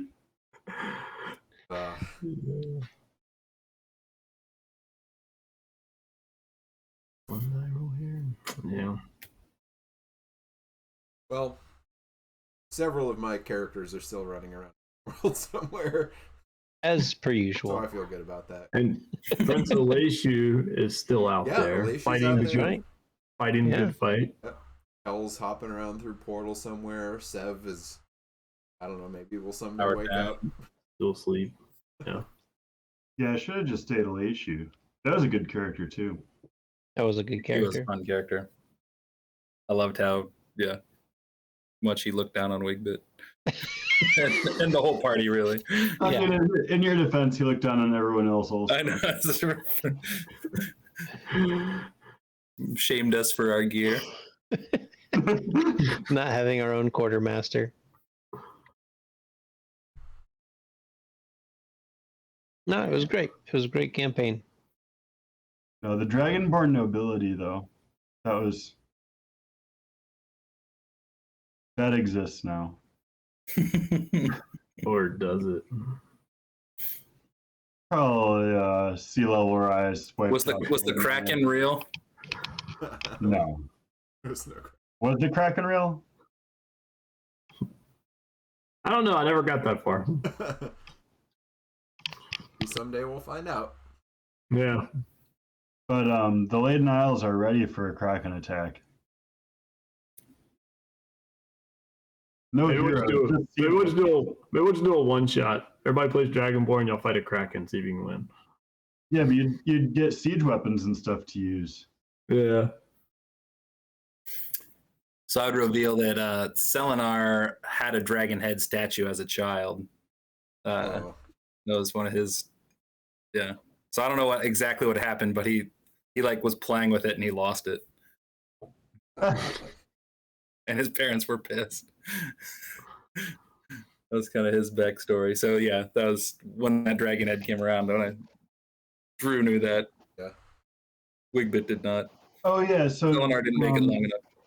Dude, what was Ravi's backstory? Yeah, there were like small connections to like the earlier, especially the earlier parts of the prophecy, especially for like all of your characters. But yeah, what was Ravi? Go ahead. His connection was to some kind of like, I think it was like a drow goddess. So that was where his warlock. It seemed like I'm trying to think of like the image you had sent of the crazy image that he saw when we were in the Vecna temple. Mhm. But yeah, and so he unbeknownst to him was tied to some type of evil entity that was his warlock powers. And of course, he also had his sorcerer powers. We hadn't. Well, he died too soon. We didn't get to the point of like figuring out how that tied in or connected or what have you with everything. But I mean, his backstory was he was from some elven island. I forget where Johnny put it somewhere in there. And he was just a traveling jeweler, but never really fit in. His eyes ever changing always kind of had him standing out, and that didn't always go well for him. So he was just traveling from place to place, fell into Emless at what would seem to be now the wrong time because died twice. Didn't make it. And went on big adventures that just didn't work out for him. But yeah, and so he was just trying to live a simple life. What was his problem with the lump of coal? So that was one of his trinkets. The lump of coal was a ruby, but he was the only one that could see that it was actually a ruby. It actually was a ruby. It was a ruby that to everyone else looked like a lump of coal. Oh, is it like illusion?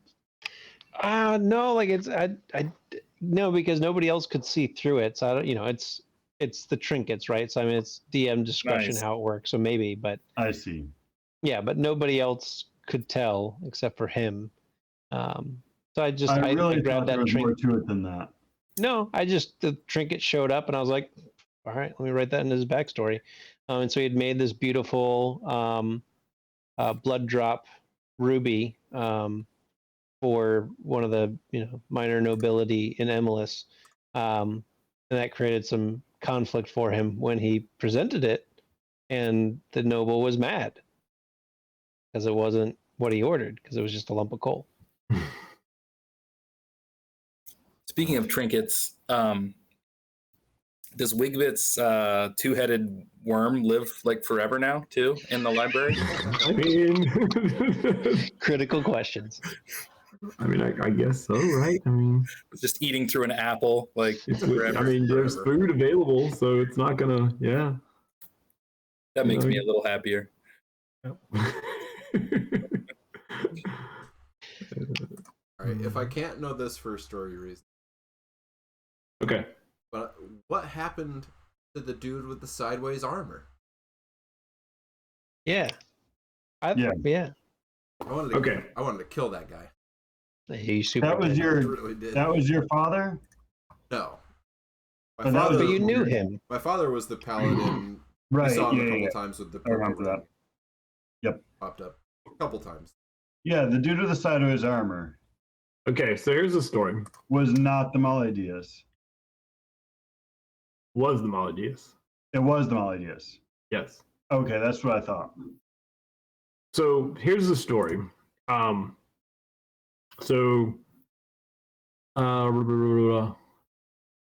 Like 30 years before the 20 to 30 years beforehand, on a small island, this devotee of Ayun had a vision that became the prophecy.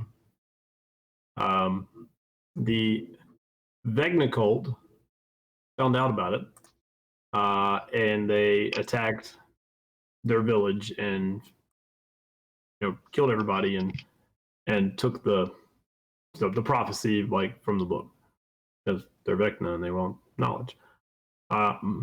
However, and this is what Rowan long ago, that was the island that Jarlstray. Yeah. So they attacked the village, tortured and murdered Halevi, stole the book. One of their members, the dude with sideways armor, had been deceived by none other than Frazor Blue, Lord Fraz, and tricked into essentially like taking the book from the rest of the. So because he was mad with, being tricked by a demon lord, he killed the rest of the cult, and then took the book. So he brings the book back, and then Fraz sees the book and is like, "This has nothing to do with my staff. You have failed me," and essentially abandons him.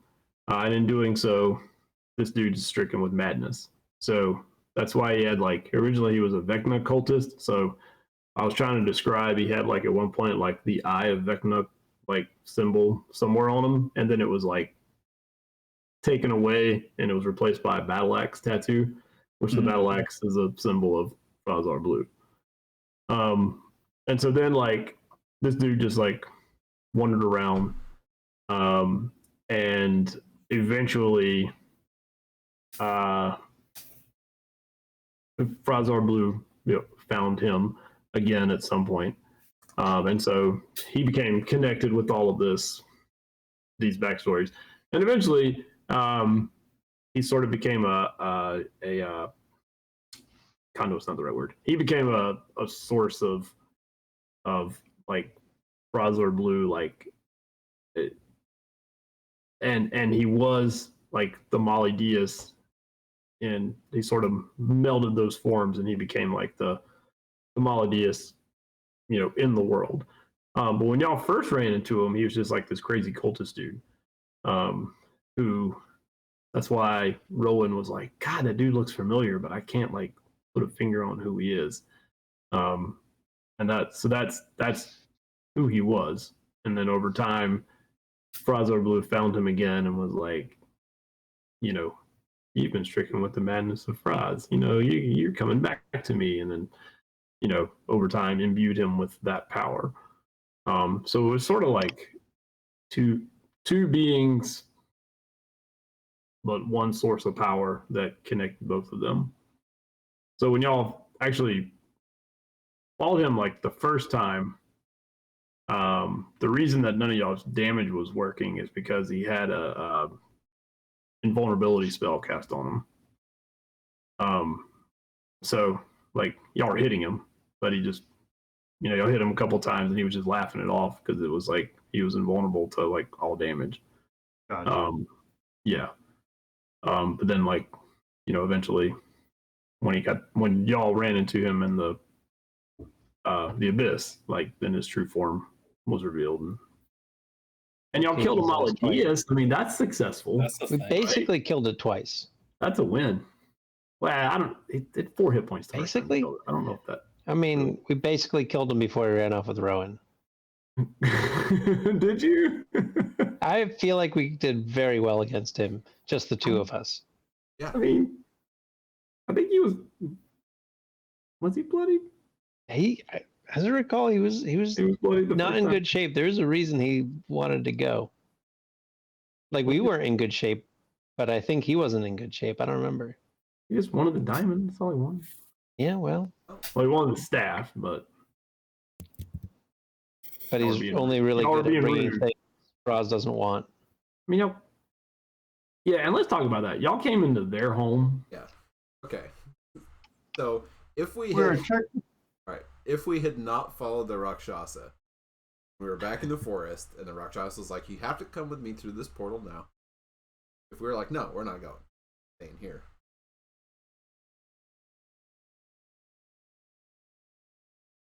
Oh, what we've done. It would have been right. So I think there's two major options there at that point. Either A, we go die in the Astral Sea in Char's towers, or B, we went and hunted followers of Char to grind XP, and then go die in Char's tower at level 20 instead of level 10. I think what I wrote honestly was, if they don't go to the abyss, since Froz knows through Farron's eyes where they actually are, I think I wrote in the Maladius just shows up in the forest. Oh, that would have been fine. Yeah, we dunk on that Maladius and yeah, right, like just the Maladius With by all of us? himself, because we beat the Maladius while fighting an army of Wanti and We the were in bad Rakshasa. shape in the forest, though. I mean, Yeah, and then it went from being in bad shape in the forest to bad shape in the abyss. but we were in bad shape when we did that fight at the top of the temple. Yeah, Right. we Yeah, really just- fucked some shit up at the top of the temple. It did That's help good. that we got two super fresh characters Yeah. that both healed. One was a Twilight cleric who just have everyone topped off all the time. it did open help up a yeah. lot. That helped a lot. Yeah, I think we could. I think we could have stayed in the forest. We let everybody know, like, hey, we're not gonna go make a pact with but we do need to go to the towers of Char, and we just get like every good guy in the world on our side, and just have a big old good guy army, and go to the towers at night. We take Epilogue, we take. That's all of them. Yeah, but I'm sure there's a bunch of dwarves. Yeah, there's a bunch of dwarves. We go get all the dwarves. We get Rowan the crown. There you go. Oh, we're talking. What?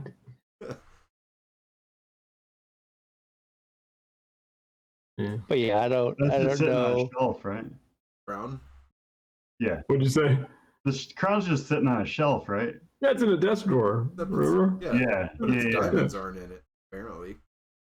One diamond Just is one of in them. it. Yeah, at least one. I mean, there was another Yeah. statue in someone's backstory that might have a diamond in it, and it might just be rolling around in the world somewhere. Because a kid lost it. Well, hey, look, in the future, I bet there's going to be another diamond showing up. Might just. Somebody's going to dig up this dragon head statue and be like, I wonder what this is. Got a little crack in it. Oh, this looks like there's a diamond inside. That's weird. I'm gonna sell it, or I'm gonna burn it to resurrect somebody. Gotta be worth at least Wow. 500. Resurrect someone with one of the crown of times. Wow. Just burn it from existence. I brought my sister back from the dead. That would Isn't not. cool? I have a feeling that wouldn't be a routine resurrection. It's just the artifact that would have saved the world. Yeah, if It's you all use right. that diamond, something weird. Yeah. No. Yeah, that I'd have to go back and read the earlier stuff with both the dragon head statues and the there's something with that, and I can't remember. I don't want to tell wrong, so if I run across it, I may email it to you just so you know, just so you can see how all that worked. Because I mean that won't be that big. The dragon head statue was just honest. I mean it was a vessel, you know, for the prism, for the diamond. So that was the point of it. So. You know, I think thinking through, I think the only thing that I felt like was missing was we never saw Jack. Like we had a touch at least of every other Guardian. Yep. But we never had Jack. Yeah. And I was at one point trying to work in because like you had the little Berengar, you know, when you first went into the Underdark. Where was obviously. Berengar in the Underdark? So when you followed the there was an animal that when we went into the world tree, or not the world, when you went into the tree, the big tree, the ancient tree outside of Emilis, and you first went into the Underdark, there was it wasn't a deer. What was it, Josh? I don't remember. It was an animal. I don't remember. Yeah. Because he was hanging around near there. But he's the one that got all the archdruid and the druids to like essentially was like, hey, everybody freeze for a minute. I need these people to follow me into the tree. And of course the druids weren't real happy with that. Yeah. That was all Berengar, like getting y'all in and showing you the way down and everything. Right. So you had Berengar and we had, you know, Zelpod obviously, and then, you know, elders here, there, and everywhere. But Jack was a little harder, but I had a plan for it at one point, and then it was like it's, you know, coming to fruition. You know, we went to the abyss. Didn't go to the right place. That's right. So why was Aldra leading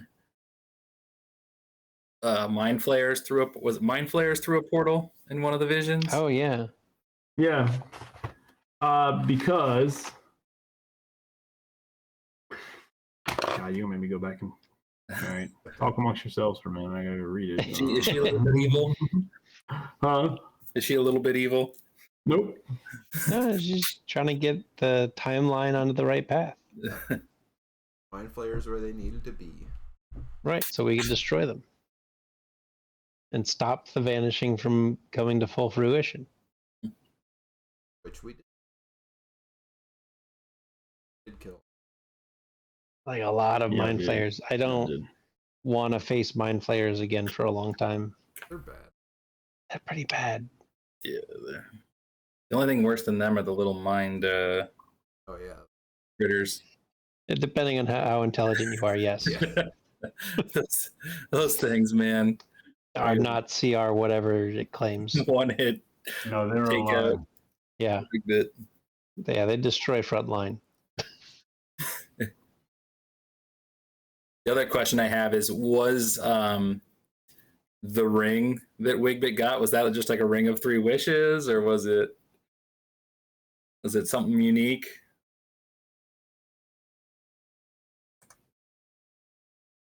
No, that was just a ring to yeah. Ring of resurrection wishes. I don't know. Mm-hmm. A ring to bring characters back.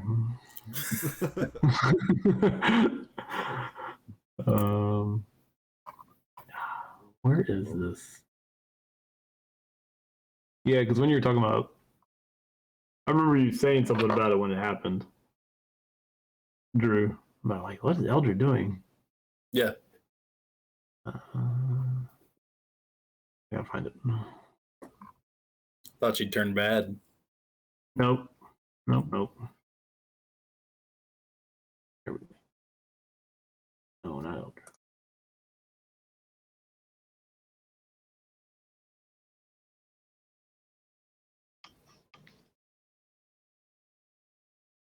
Also, what's the name of the dwarf we just talked to? I can't remember his name. That's right, Noreen. Yep, Noreen. Floating dwarf. That was a fun epilogue conversation. Having him come back around. Mm-hmm. Doing his thing. And I do want to hear the story of how he learned to fly someday. Oh, do feel like this. So Jam. Yeah, so I think it came up, or at least there was passing mention of that Rowan in the afterlife went to Tyr, trained with Tyr. There was actually a whole cool training montage back and forth that Johnny and I had of Rowan fighting with Tyr in the afterlife. But he went there because he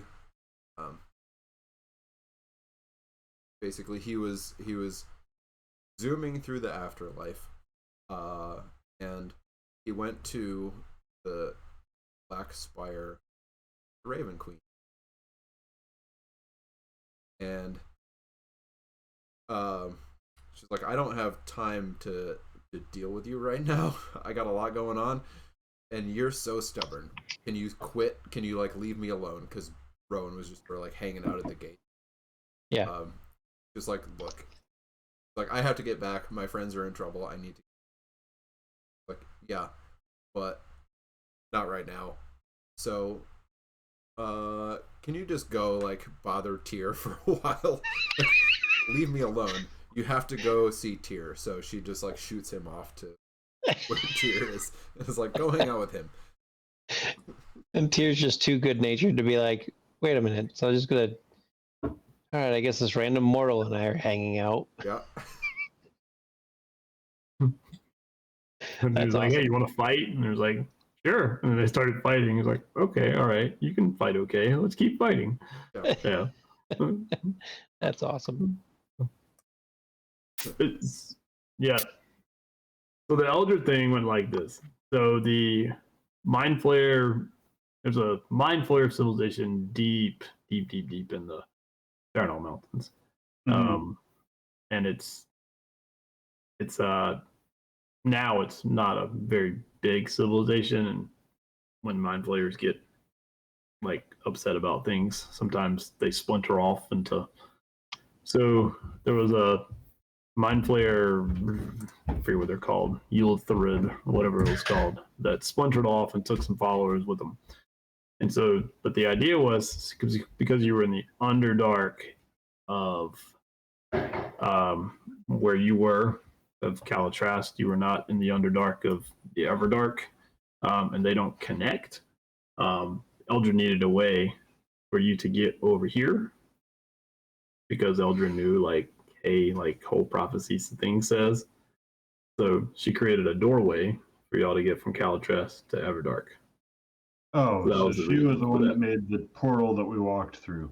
Right, but she was also like, by doing this, I know that I'm going to be sending Mind Flayers like over to Calitrast, which is the first ones that unfortunately killed. Like that was the first near total party kill we had, or I guess it was total party kill at the time. And they were trying to establish their own little colony there underneath, Imolus, or in the Everdark of that realm. Right.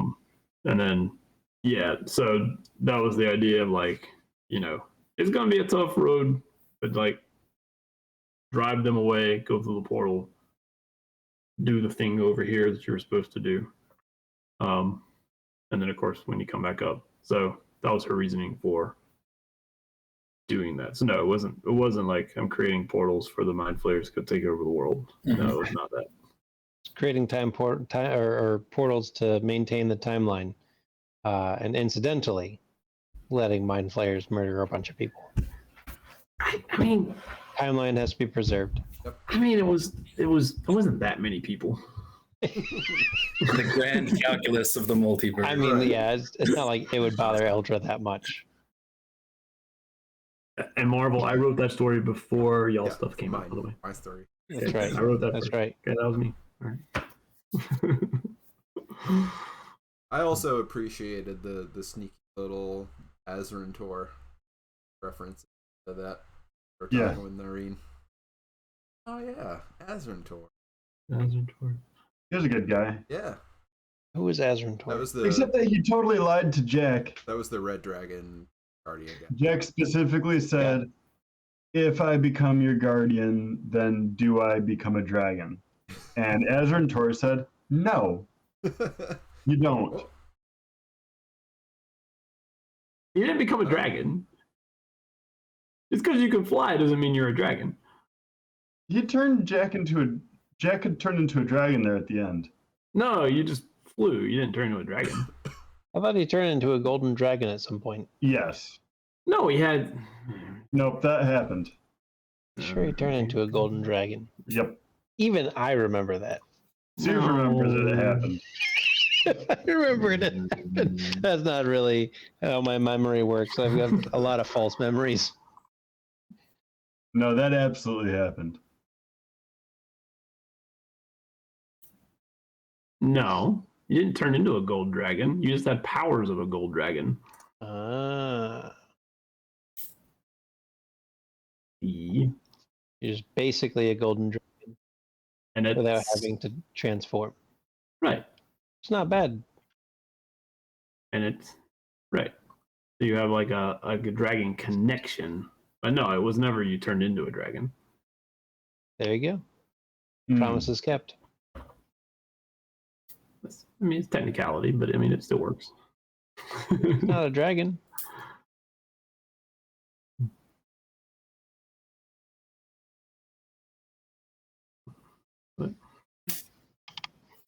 But yeah, it was fun. I will say that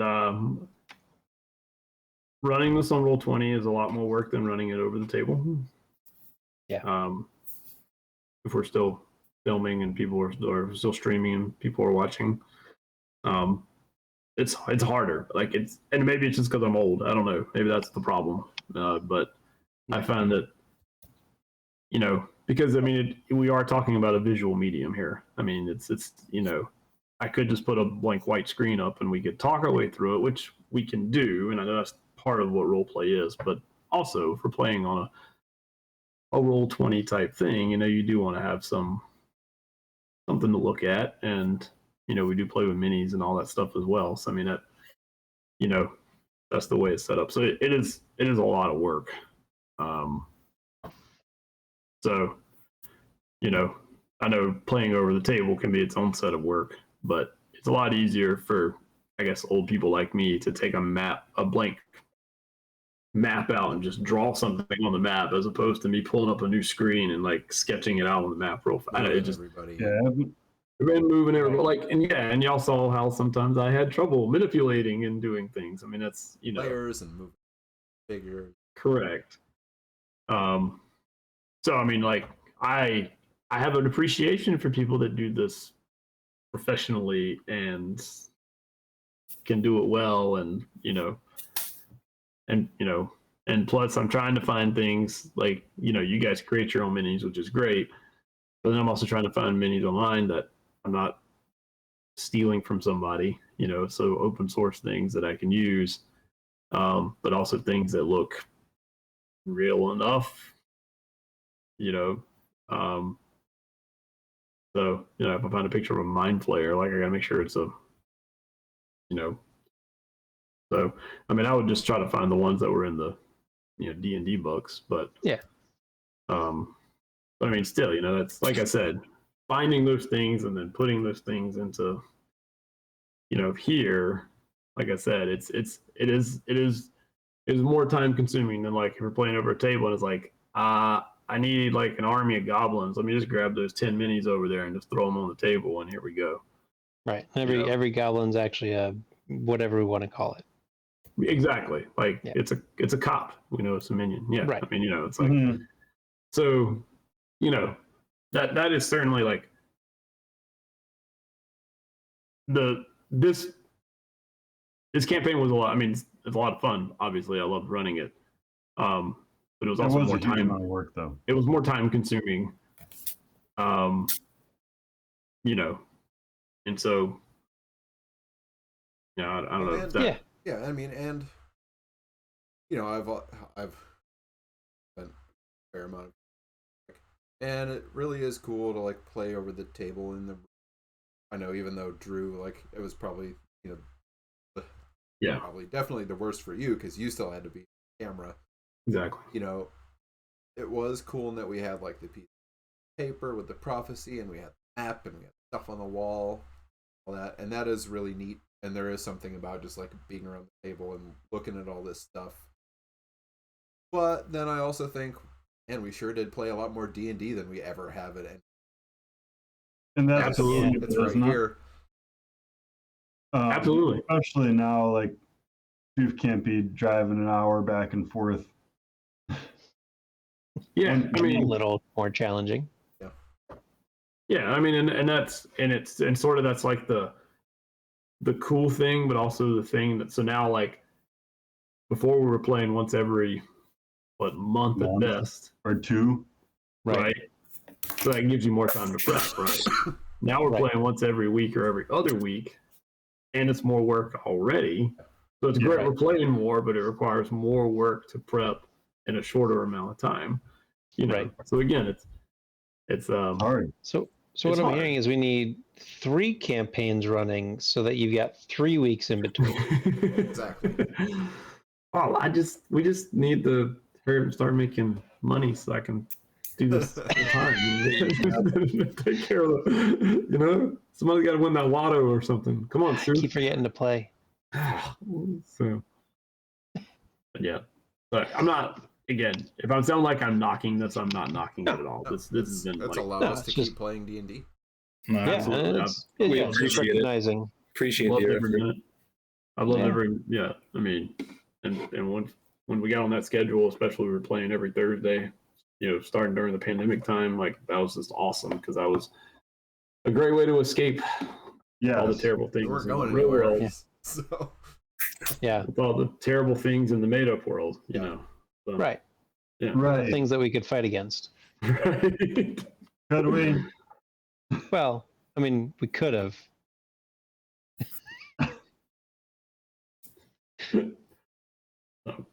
But yeah, so like I said, I think that may have played into it a little bit too. Like, It's just moving too fast and it's too much. just thinking about like, okay, we've reached this point. It might be just time to put a pause on it. Not over. It's just Right. It's just going to carry on into the future. right. So this is the end of if book we 2. are if Right. we are picking up these characters in the future, should we do experience for this last little bit? And actually, well, I was going to say that's a good question, but maybe we're not going to find out for a while. I don't know. Yeah, like, are we picking up? Is it you're imagining right now that we're going to pick up with new characters? So my imagining right now is yes, at some point you would start with new characters. This is when we're playing 6th edition, right? D&D. Probably. That's how this I'm waiting for the Every new I'm waiting for the campaign's a new edition to edition. come out. I play Right. one campaign per edition. That's it. Yeah, but I mean, like that's sort of Okay. what No, I that's was fine. thinking, but it didn't mean Just- like these characters would be out of it. It might just be less PC, more NPC. Okay. Or if No, that like sounds they good. get, or if that's like Mike's talking about, if they get to your old characters get to, or your new characters get to 10th, 11th, 12th level, and then something happens to them, or like the Farron Swap made back a out. triumphant return because he's pissed off and he, Or, I mean, these 4 characters just stay in this library and they scry on our new characters. Every time we're going to screw up, they'd be like, no, we read about this. Don't do that. Right. Do this instead. Oh, okay. Thanks, mysterious tome. Yep. We can never Yeah. go wrong. never go All wrong. we had to do was write our name in this book, and things keep getting. That's right. Get a part of the pen and paper play. Yeah. No, that's good to know. But yeah, I'll calculate I will calculate the experience for. No, we don't need to bother. Send it to you. I mean, calculate it and give it to our next characters. Yeah, there you go. Yeah, we'll start at level 13. Start at 5th level. Experience. We don't need to start back at 1. We'll start at 5th just because of how awesome these characters were. Here you go. Failing up. That's right. Failing up. Failing forward. Yes. Succeeding. Right. I mean, it is a success. If we had failed, we could do no more campaigns in this world. Right. We would have, we would have destroyed the entire world. All right, well, sorry, Johnny. Start thinking of a new world. Yeah. Next campaign is entirely new. Yeah. I know. I'm looking forward to it. I think we all are. But yes, in the meantime, Feywild should be fun. Yeah. Space might be fun. There will be some. Look, that's my plan. All right. So the Feywild thing we're gonna do for a while until we wrap up that story. So don't expect it to be like a 6-year campaign. It has a nice ending. Yeah. It will. It's a What's the level range? I don't know. Because the other thing that happens is I'm not gonna give you XP. Milestone. You just level up when things happen. Yeah. Do we start level 1? Yes, you will start at level 1. Well, I mean, because we don't ever kill anything, and it's not like we're gonna. There are certain if you don't murder things. There are certain things that will happen that will cause you to, grow. Yeah. Grow. But then, around. I mean, by the time that wraps up, it should be time for space D. Spelljammer. And then we can fly our Spelljammer ships to Kryn. Yeah. Because August, I think. Yep. Yeah. It's pretty good timing. Yeah. We'll play a little bit of Feywild, and then we'll go to space in a boat. One of you can be a hippo person. Pretty exciting. Wait, does our rabbit turn into a hippo? I mean, maybe. Who knows how you become a... So are we working out now who plays the rabbit, or is We're all playing rabbit. Are you? Either all are rabbits or one of us is a rabbit. We can't do like 4. Somebody has to be a rabbit. Somebody has to be a rabbit. I haven't even looked yet at any of the things, so I don't know what there is besides rabbits. So in that, there's rabbits and fairies. And also anything you want, there now exists. Yeah, I mean except for hippos, I guess. Yeah. Anything that's in a published, D&D book anywhere, go for it. Oh, but fairies and and Haragon are the 2 that are in. Oh, just the 2 new ones. Yeah. Yeah. Oh, okay, and then anything else we can add. Okay. Because you're all coming from. I mean, we'll talk about background stuff, but even if you know of the Feywild and are a creature from the Feywild or from any other place, we'll be starting in a prime material plane town because you all ended up. Oh. Do we wake up in a prison cell? Wake up in a cell with no memories. Yeah.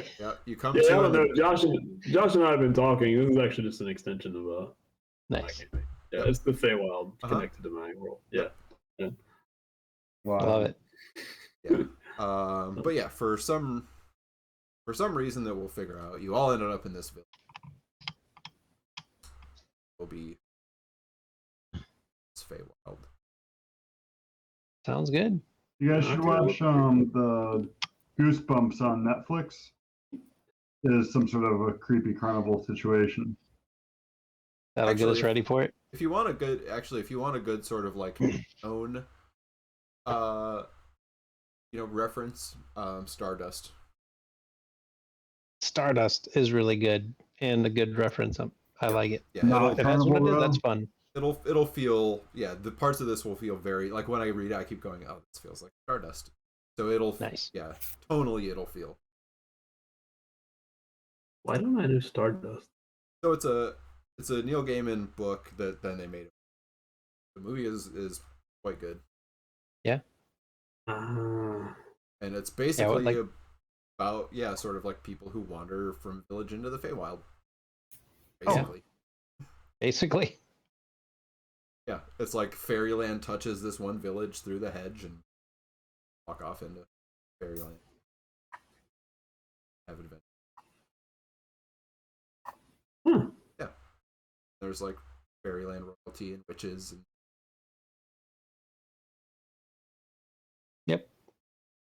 I need to put this on my list. Yeah. yeah, it's on I think it's on Netflix. it's streaming. Yeah, I've seen it streaming somewhere. I forget where I passed it by. Might be on Netflix. Stardust. Sweet. Yeah, it's on Netflix. Okay. Oh, until May 31st. Oh, Oh hurry boy, up. you got only a few more days to watch it. Yeah. But it's good. Cool. All right. Sounds good. I'll roll up a level 1 fairy monk. Yeah. All right. Flying So monk. she's playing the fairy. Flying Okay. monk. Very monk, all right. So Drew, are you gonna play the rabbit? Oh, I'm happy to play any anthropomorphic critter. There's a bunch of them now. They've got the elephant people in one of the I books. say elephant person. Oh yeah, the I Loxodon. could rock an elephant person. I don't know. Anybody else got any feelings on what they want to be, or class or race? I don't know. No, I don't know about class yet, but actually, I wanted to look through every source book and see, like, Yeah. Capture the feel, and if it was like we wanted to do like two fairies and 2 rabbits, or if I don't know what Mike's thinking. I'm leaning hard toward rabbit. I don't know one damn thing about it, but That's all you need to know. I'm gonna stick to just Player's Handbook, Tasha's, Xanathar's, and man, I don't want to get this book because it's got information in it that I can't have. Oh, the Witchlight book. Yeah, Yeah, just don't read. most of it. Don't read Yeah. chapter 1. Like read. Yeah, don't read the two. only the introduction. Yeah, Don't read those the two chapters. character descriptions and don't go any further. Yeah, I Mike, mean- you probably could go like to D&D You can Beyond or Google something like that. Yeah, Yeah. you have everything. Josh could send you probably just a picture of. Okay. I don't know. It's multiple pages, but Yeah, I can Yeah. send you the picture. Yeah, I only need like 15 pages Or- out of the whole book, Not probably. even. Yeah, it's like 3. No. Yeah. Oh, okay, yeah. Sue used to You just just, rip all the PDFs of all these things and send it I to know, us. but they started making that harder, so now I actually have D&D Beyond, and that's my Oh, source. They made it harder to pirate things. Now you just get it honest. Yeah. I Right. also have money now. I didn't have that. It's nice to have an extra money, isn't it? It is nice. It is. so Mike's going with the bunny. Johnny, any? Well, our audience is suggesting that you could all be grungs. Oh, God, All no. grung party. I was thinking all Kenku, but all grung is even better. Oh, fuck I that. thought about a If Kenku. All anybody's Kenku party. Kenku, I don't No. know. We couldn't talk if we were Kinku. Thought We would be making little guttural chirping sounds the whole That'd be time. great. I'm definitely playing something silly. So Yeah. Yeah, I would say like this campaign will be. It's not going to be like slapsticky silly, but there are definitely some funny, lighthearted elements to it. It's not completely serious. There is some serious stuff. Right. It's not like PG D&D. Yeah, I was thinking like elephant sorcerer, which so like silly, but Yeah. like yeah, But I mean, that could also be fun. throws down hard when it's time. Right. I mean, yeah, you are still like an elephant person. Or an Owlin. That was another. Alan looked pretty cool too. Yeah, I mean, if there's a way to get through this without murdering everybody, I might actually play a straight rogue, just for skills and stuff. part of what I'm thinking, or otherwise some type of utility caster. Yeah, No, there if absolutely is. It's absolutely 100% doable to get through and succeed at everything. and succeeded at everything. Yeah. Yeah, you can complete the entire thing, do the whole story, do everything you want to do in this, if you want.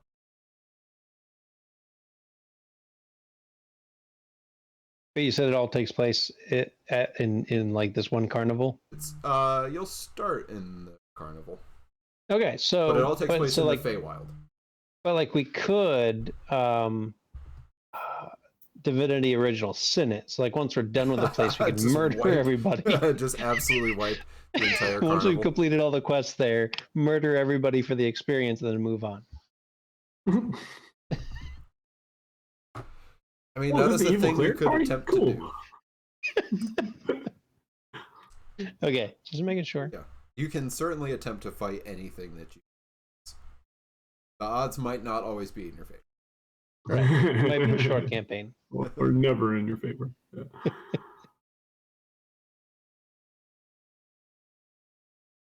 Cool. Yeah, actually, I'll go ahead and place it down now. I'm either going to play a rogue or a druid.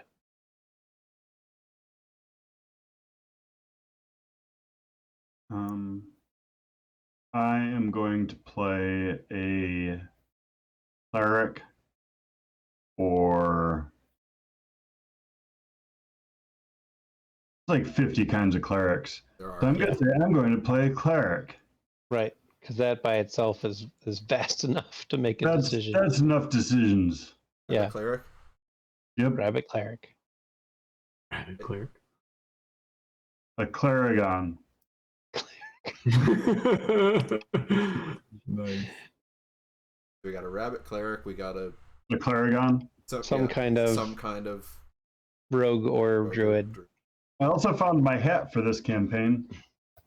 Good. Yep. Gotta have a hat. So I'll raise you a hat. Everybody can find a hat. What are you thinking, Drew? I mean, like I said, I'm open to options, but I kind of want to play a little an elephant. Yeah. There you go. Or a Kenku. Fuck you. There might be fighting session 1. I think I'm going with. The Harrigan. I mean, I could do a turtle, but or tabaxi. They're all. Yeah. You could be a tobacco. Or there's a What class lion. What class are you thinking about? Like I said, Sorcerer's one I haven't played before. Fun. What else haven't I played? What are you thinking about, Johnny? There's Aarakocra. You can be a Birdman. Birdman, I saw that. You can be a Triton. I had thought about being a bard at some point, but it sounds like we're pretty soft. Okay. Well, So, I was thinking bard too. Bard would probably. I just could never play a bard. Bards are a diverse class also. Yeah, they can do a lot of different. I like bards. I like the idea of bards, even if you gotta find the right one. But I mean, Yeah, Durak made me want to play a bard. yeah. So that's the class I was leaning towards. I hadn't really settled on it. I'm looking at all the races of D&D right now.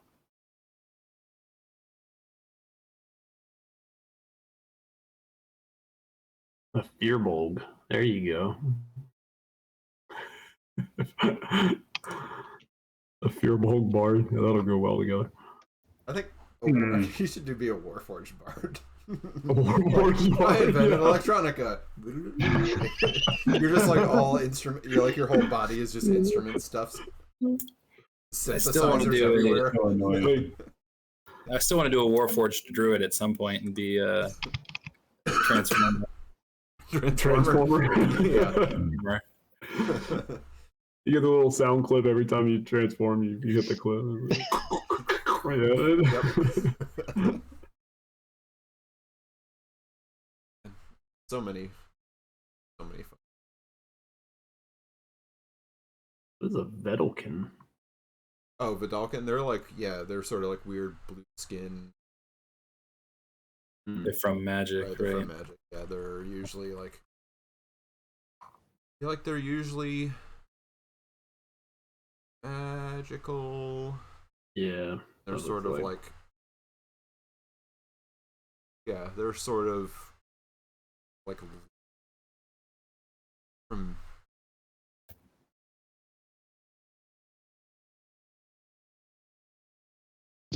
where they're from.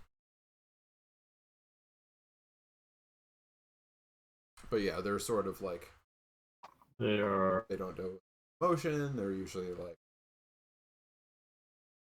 science. They're wizards. Yeah. Yeah.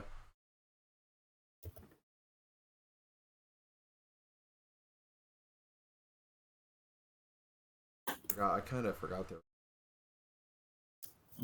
That whole like Magic crossover. All So- those like different Mhm. minor races. There's some cool stuff in there.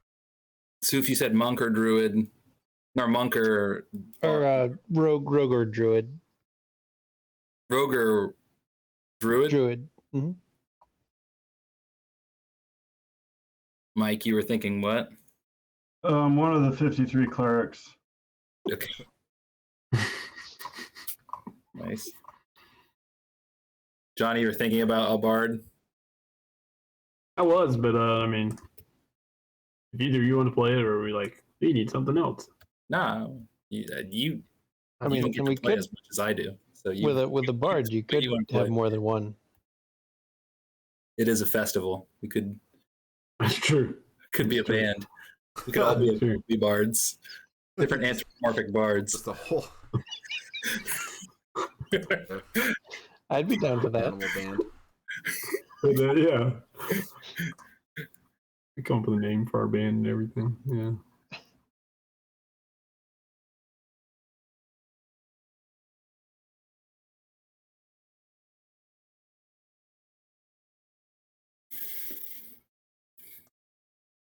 There's some races I've never even seen before. Yeah, there's a whole bunch of stuff out there. Mm-hmm. Source book. What the hell? Yep. I was just reading Okay. the Haragon's abilities. Yeah, they have a neat one. That's some fucked up shit right there. What is The rabbit hop. You can, as a bonus Rabbit action, hop. you can jump a number of feet equal to 5 times your proficiency bonus without provoking opportunity attacks. Jump out of combat. Hmm? Yeah, you just jump out of combat. that's not very far at first. No, but I mean, 3 feet? Is that what, or you said 5 one times? 5 times. square- 5 times. Oh. 5 feet. 5 times proficiency bonus. Far enough to 5 get feet. a square back. Couple squares, yeah. Does proficiency bonus start at 1 or 2? That's been a while. Don't remember. It's been so long. I think it's just one to start, right? Yeah, Yeah. that seems right. Sounds right. Lucky footwork is pretty cool. Yeah, it is. I can be medium. Oh no, or it is. small. It is 2. Is it? Proficiency bonus is +2. That's you what I can- thought. Yeah, you can be medium or small. What's the advantage to being small? Or what's the disadvantage to being small? Grappling. Yeah. Being crushed. Anything that's bigger getting than hit you has by real advantage. big weapons, You can get Yeah. in squares with people, right? like squeezing through. It's easier to squeeze, yeah. Hmm. And you can ride like a dog. Yeah. You can ride medium creatures. That's great.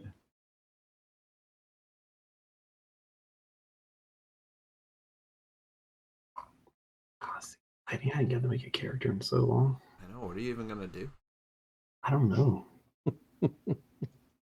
Maybe I'll take a page out of y'all's books and make like 12 characters and then pick one. There you go. Way to do it. Well, then Yeah. you're just going to want to kill them all and play the other one. What? That doesn't sound like any of us. Or two of us. Maybe I won't do But that. good luck. Good luck. Might not be Good quite luck as, getting killed, is that what you're saying? yeah, it might not be quite as easy to die. Or it might be easier. Who knows?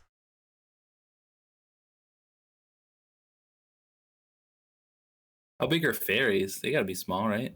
They're small. Yeah.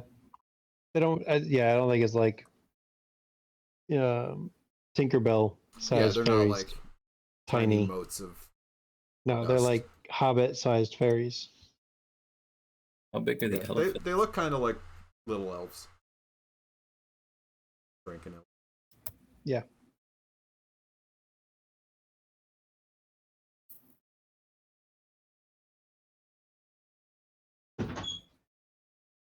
Couple feet.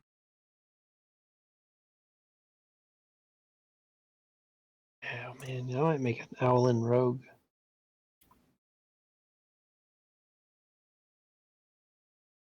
Except we're not trying to kill people. I mean, No, we're killing people. We're not trying to kill people. you don't have to kill anyone. We don't have to kill let people. Josh confuse you with his silliness. You know, Blades in the Dark, you don't have to kill people too, right? We killed a bunch of people. We killed a lot of people. We got the ravens or whatever all up in the hizzy. Tizzy. Is Yeah, the bells were. that what it was? I can't remember.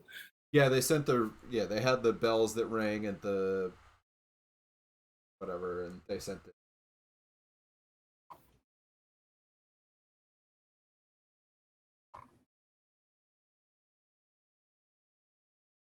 Well, Drew, if you don't play fairy or rabbit, if we're not going 2 and 2, if we're going one of each, then I may go Aarakocra, if I can pronounce it. Yeah, they're Nice. pretty cool. Yeah, flying is cool. Flying is cool. Flying is cool. It's part of why I was looking at fairy or Owlin. Mm-hmm. But also the Kalish star. I don't know what that is, but it looks cool. And it also looks sort of. I don't know where it's from. Kalashar is an Eberron. Oh, it's an Eberron. Well, Yeah. ah, These things are from. It'll be really funny if everybody is a flying creature except the rabbit. The rabbit's like, watch, I can hop. Everyone else is like, that's cool.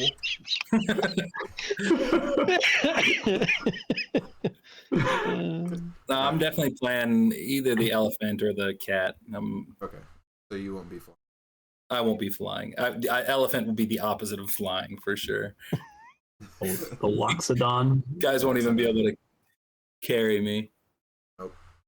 But you will be able to carry all of them, probably. I will be able to carry all of you. You will be able to carry none of me.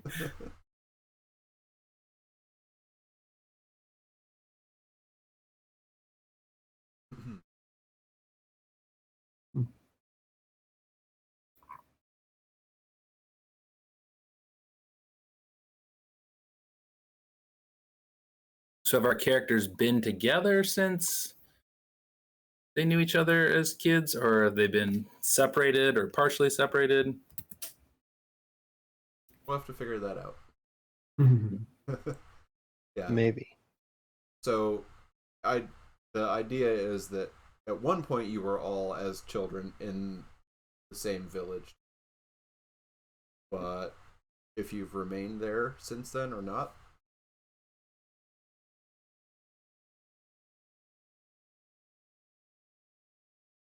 And where will that village be But where you all will- these weird You'll critters- eventually come back to that village.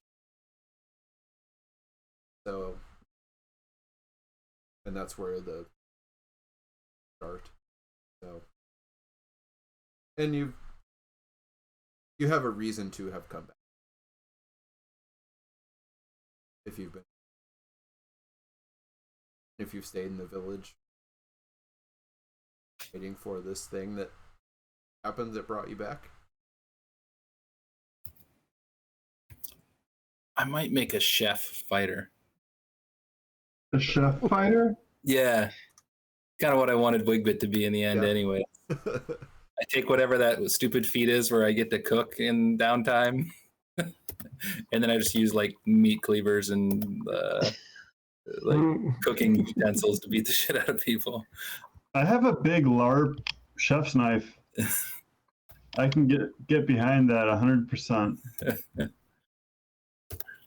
feel like an elephant would like to cook food and eat. Yeah.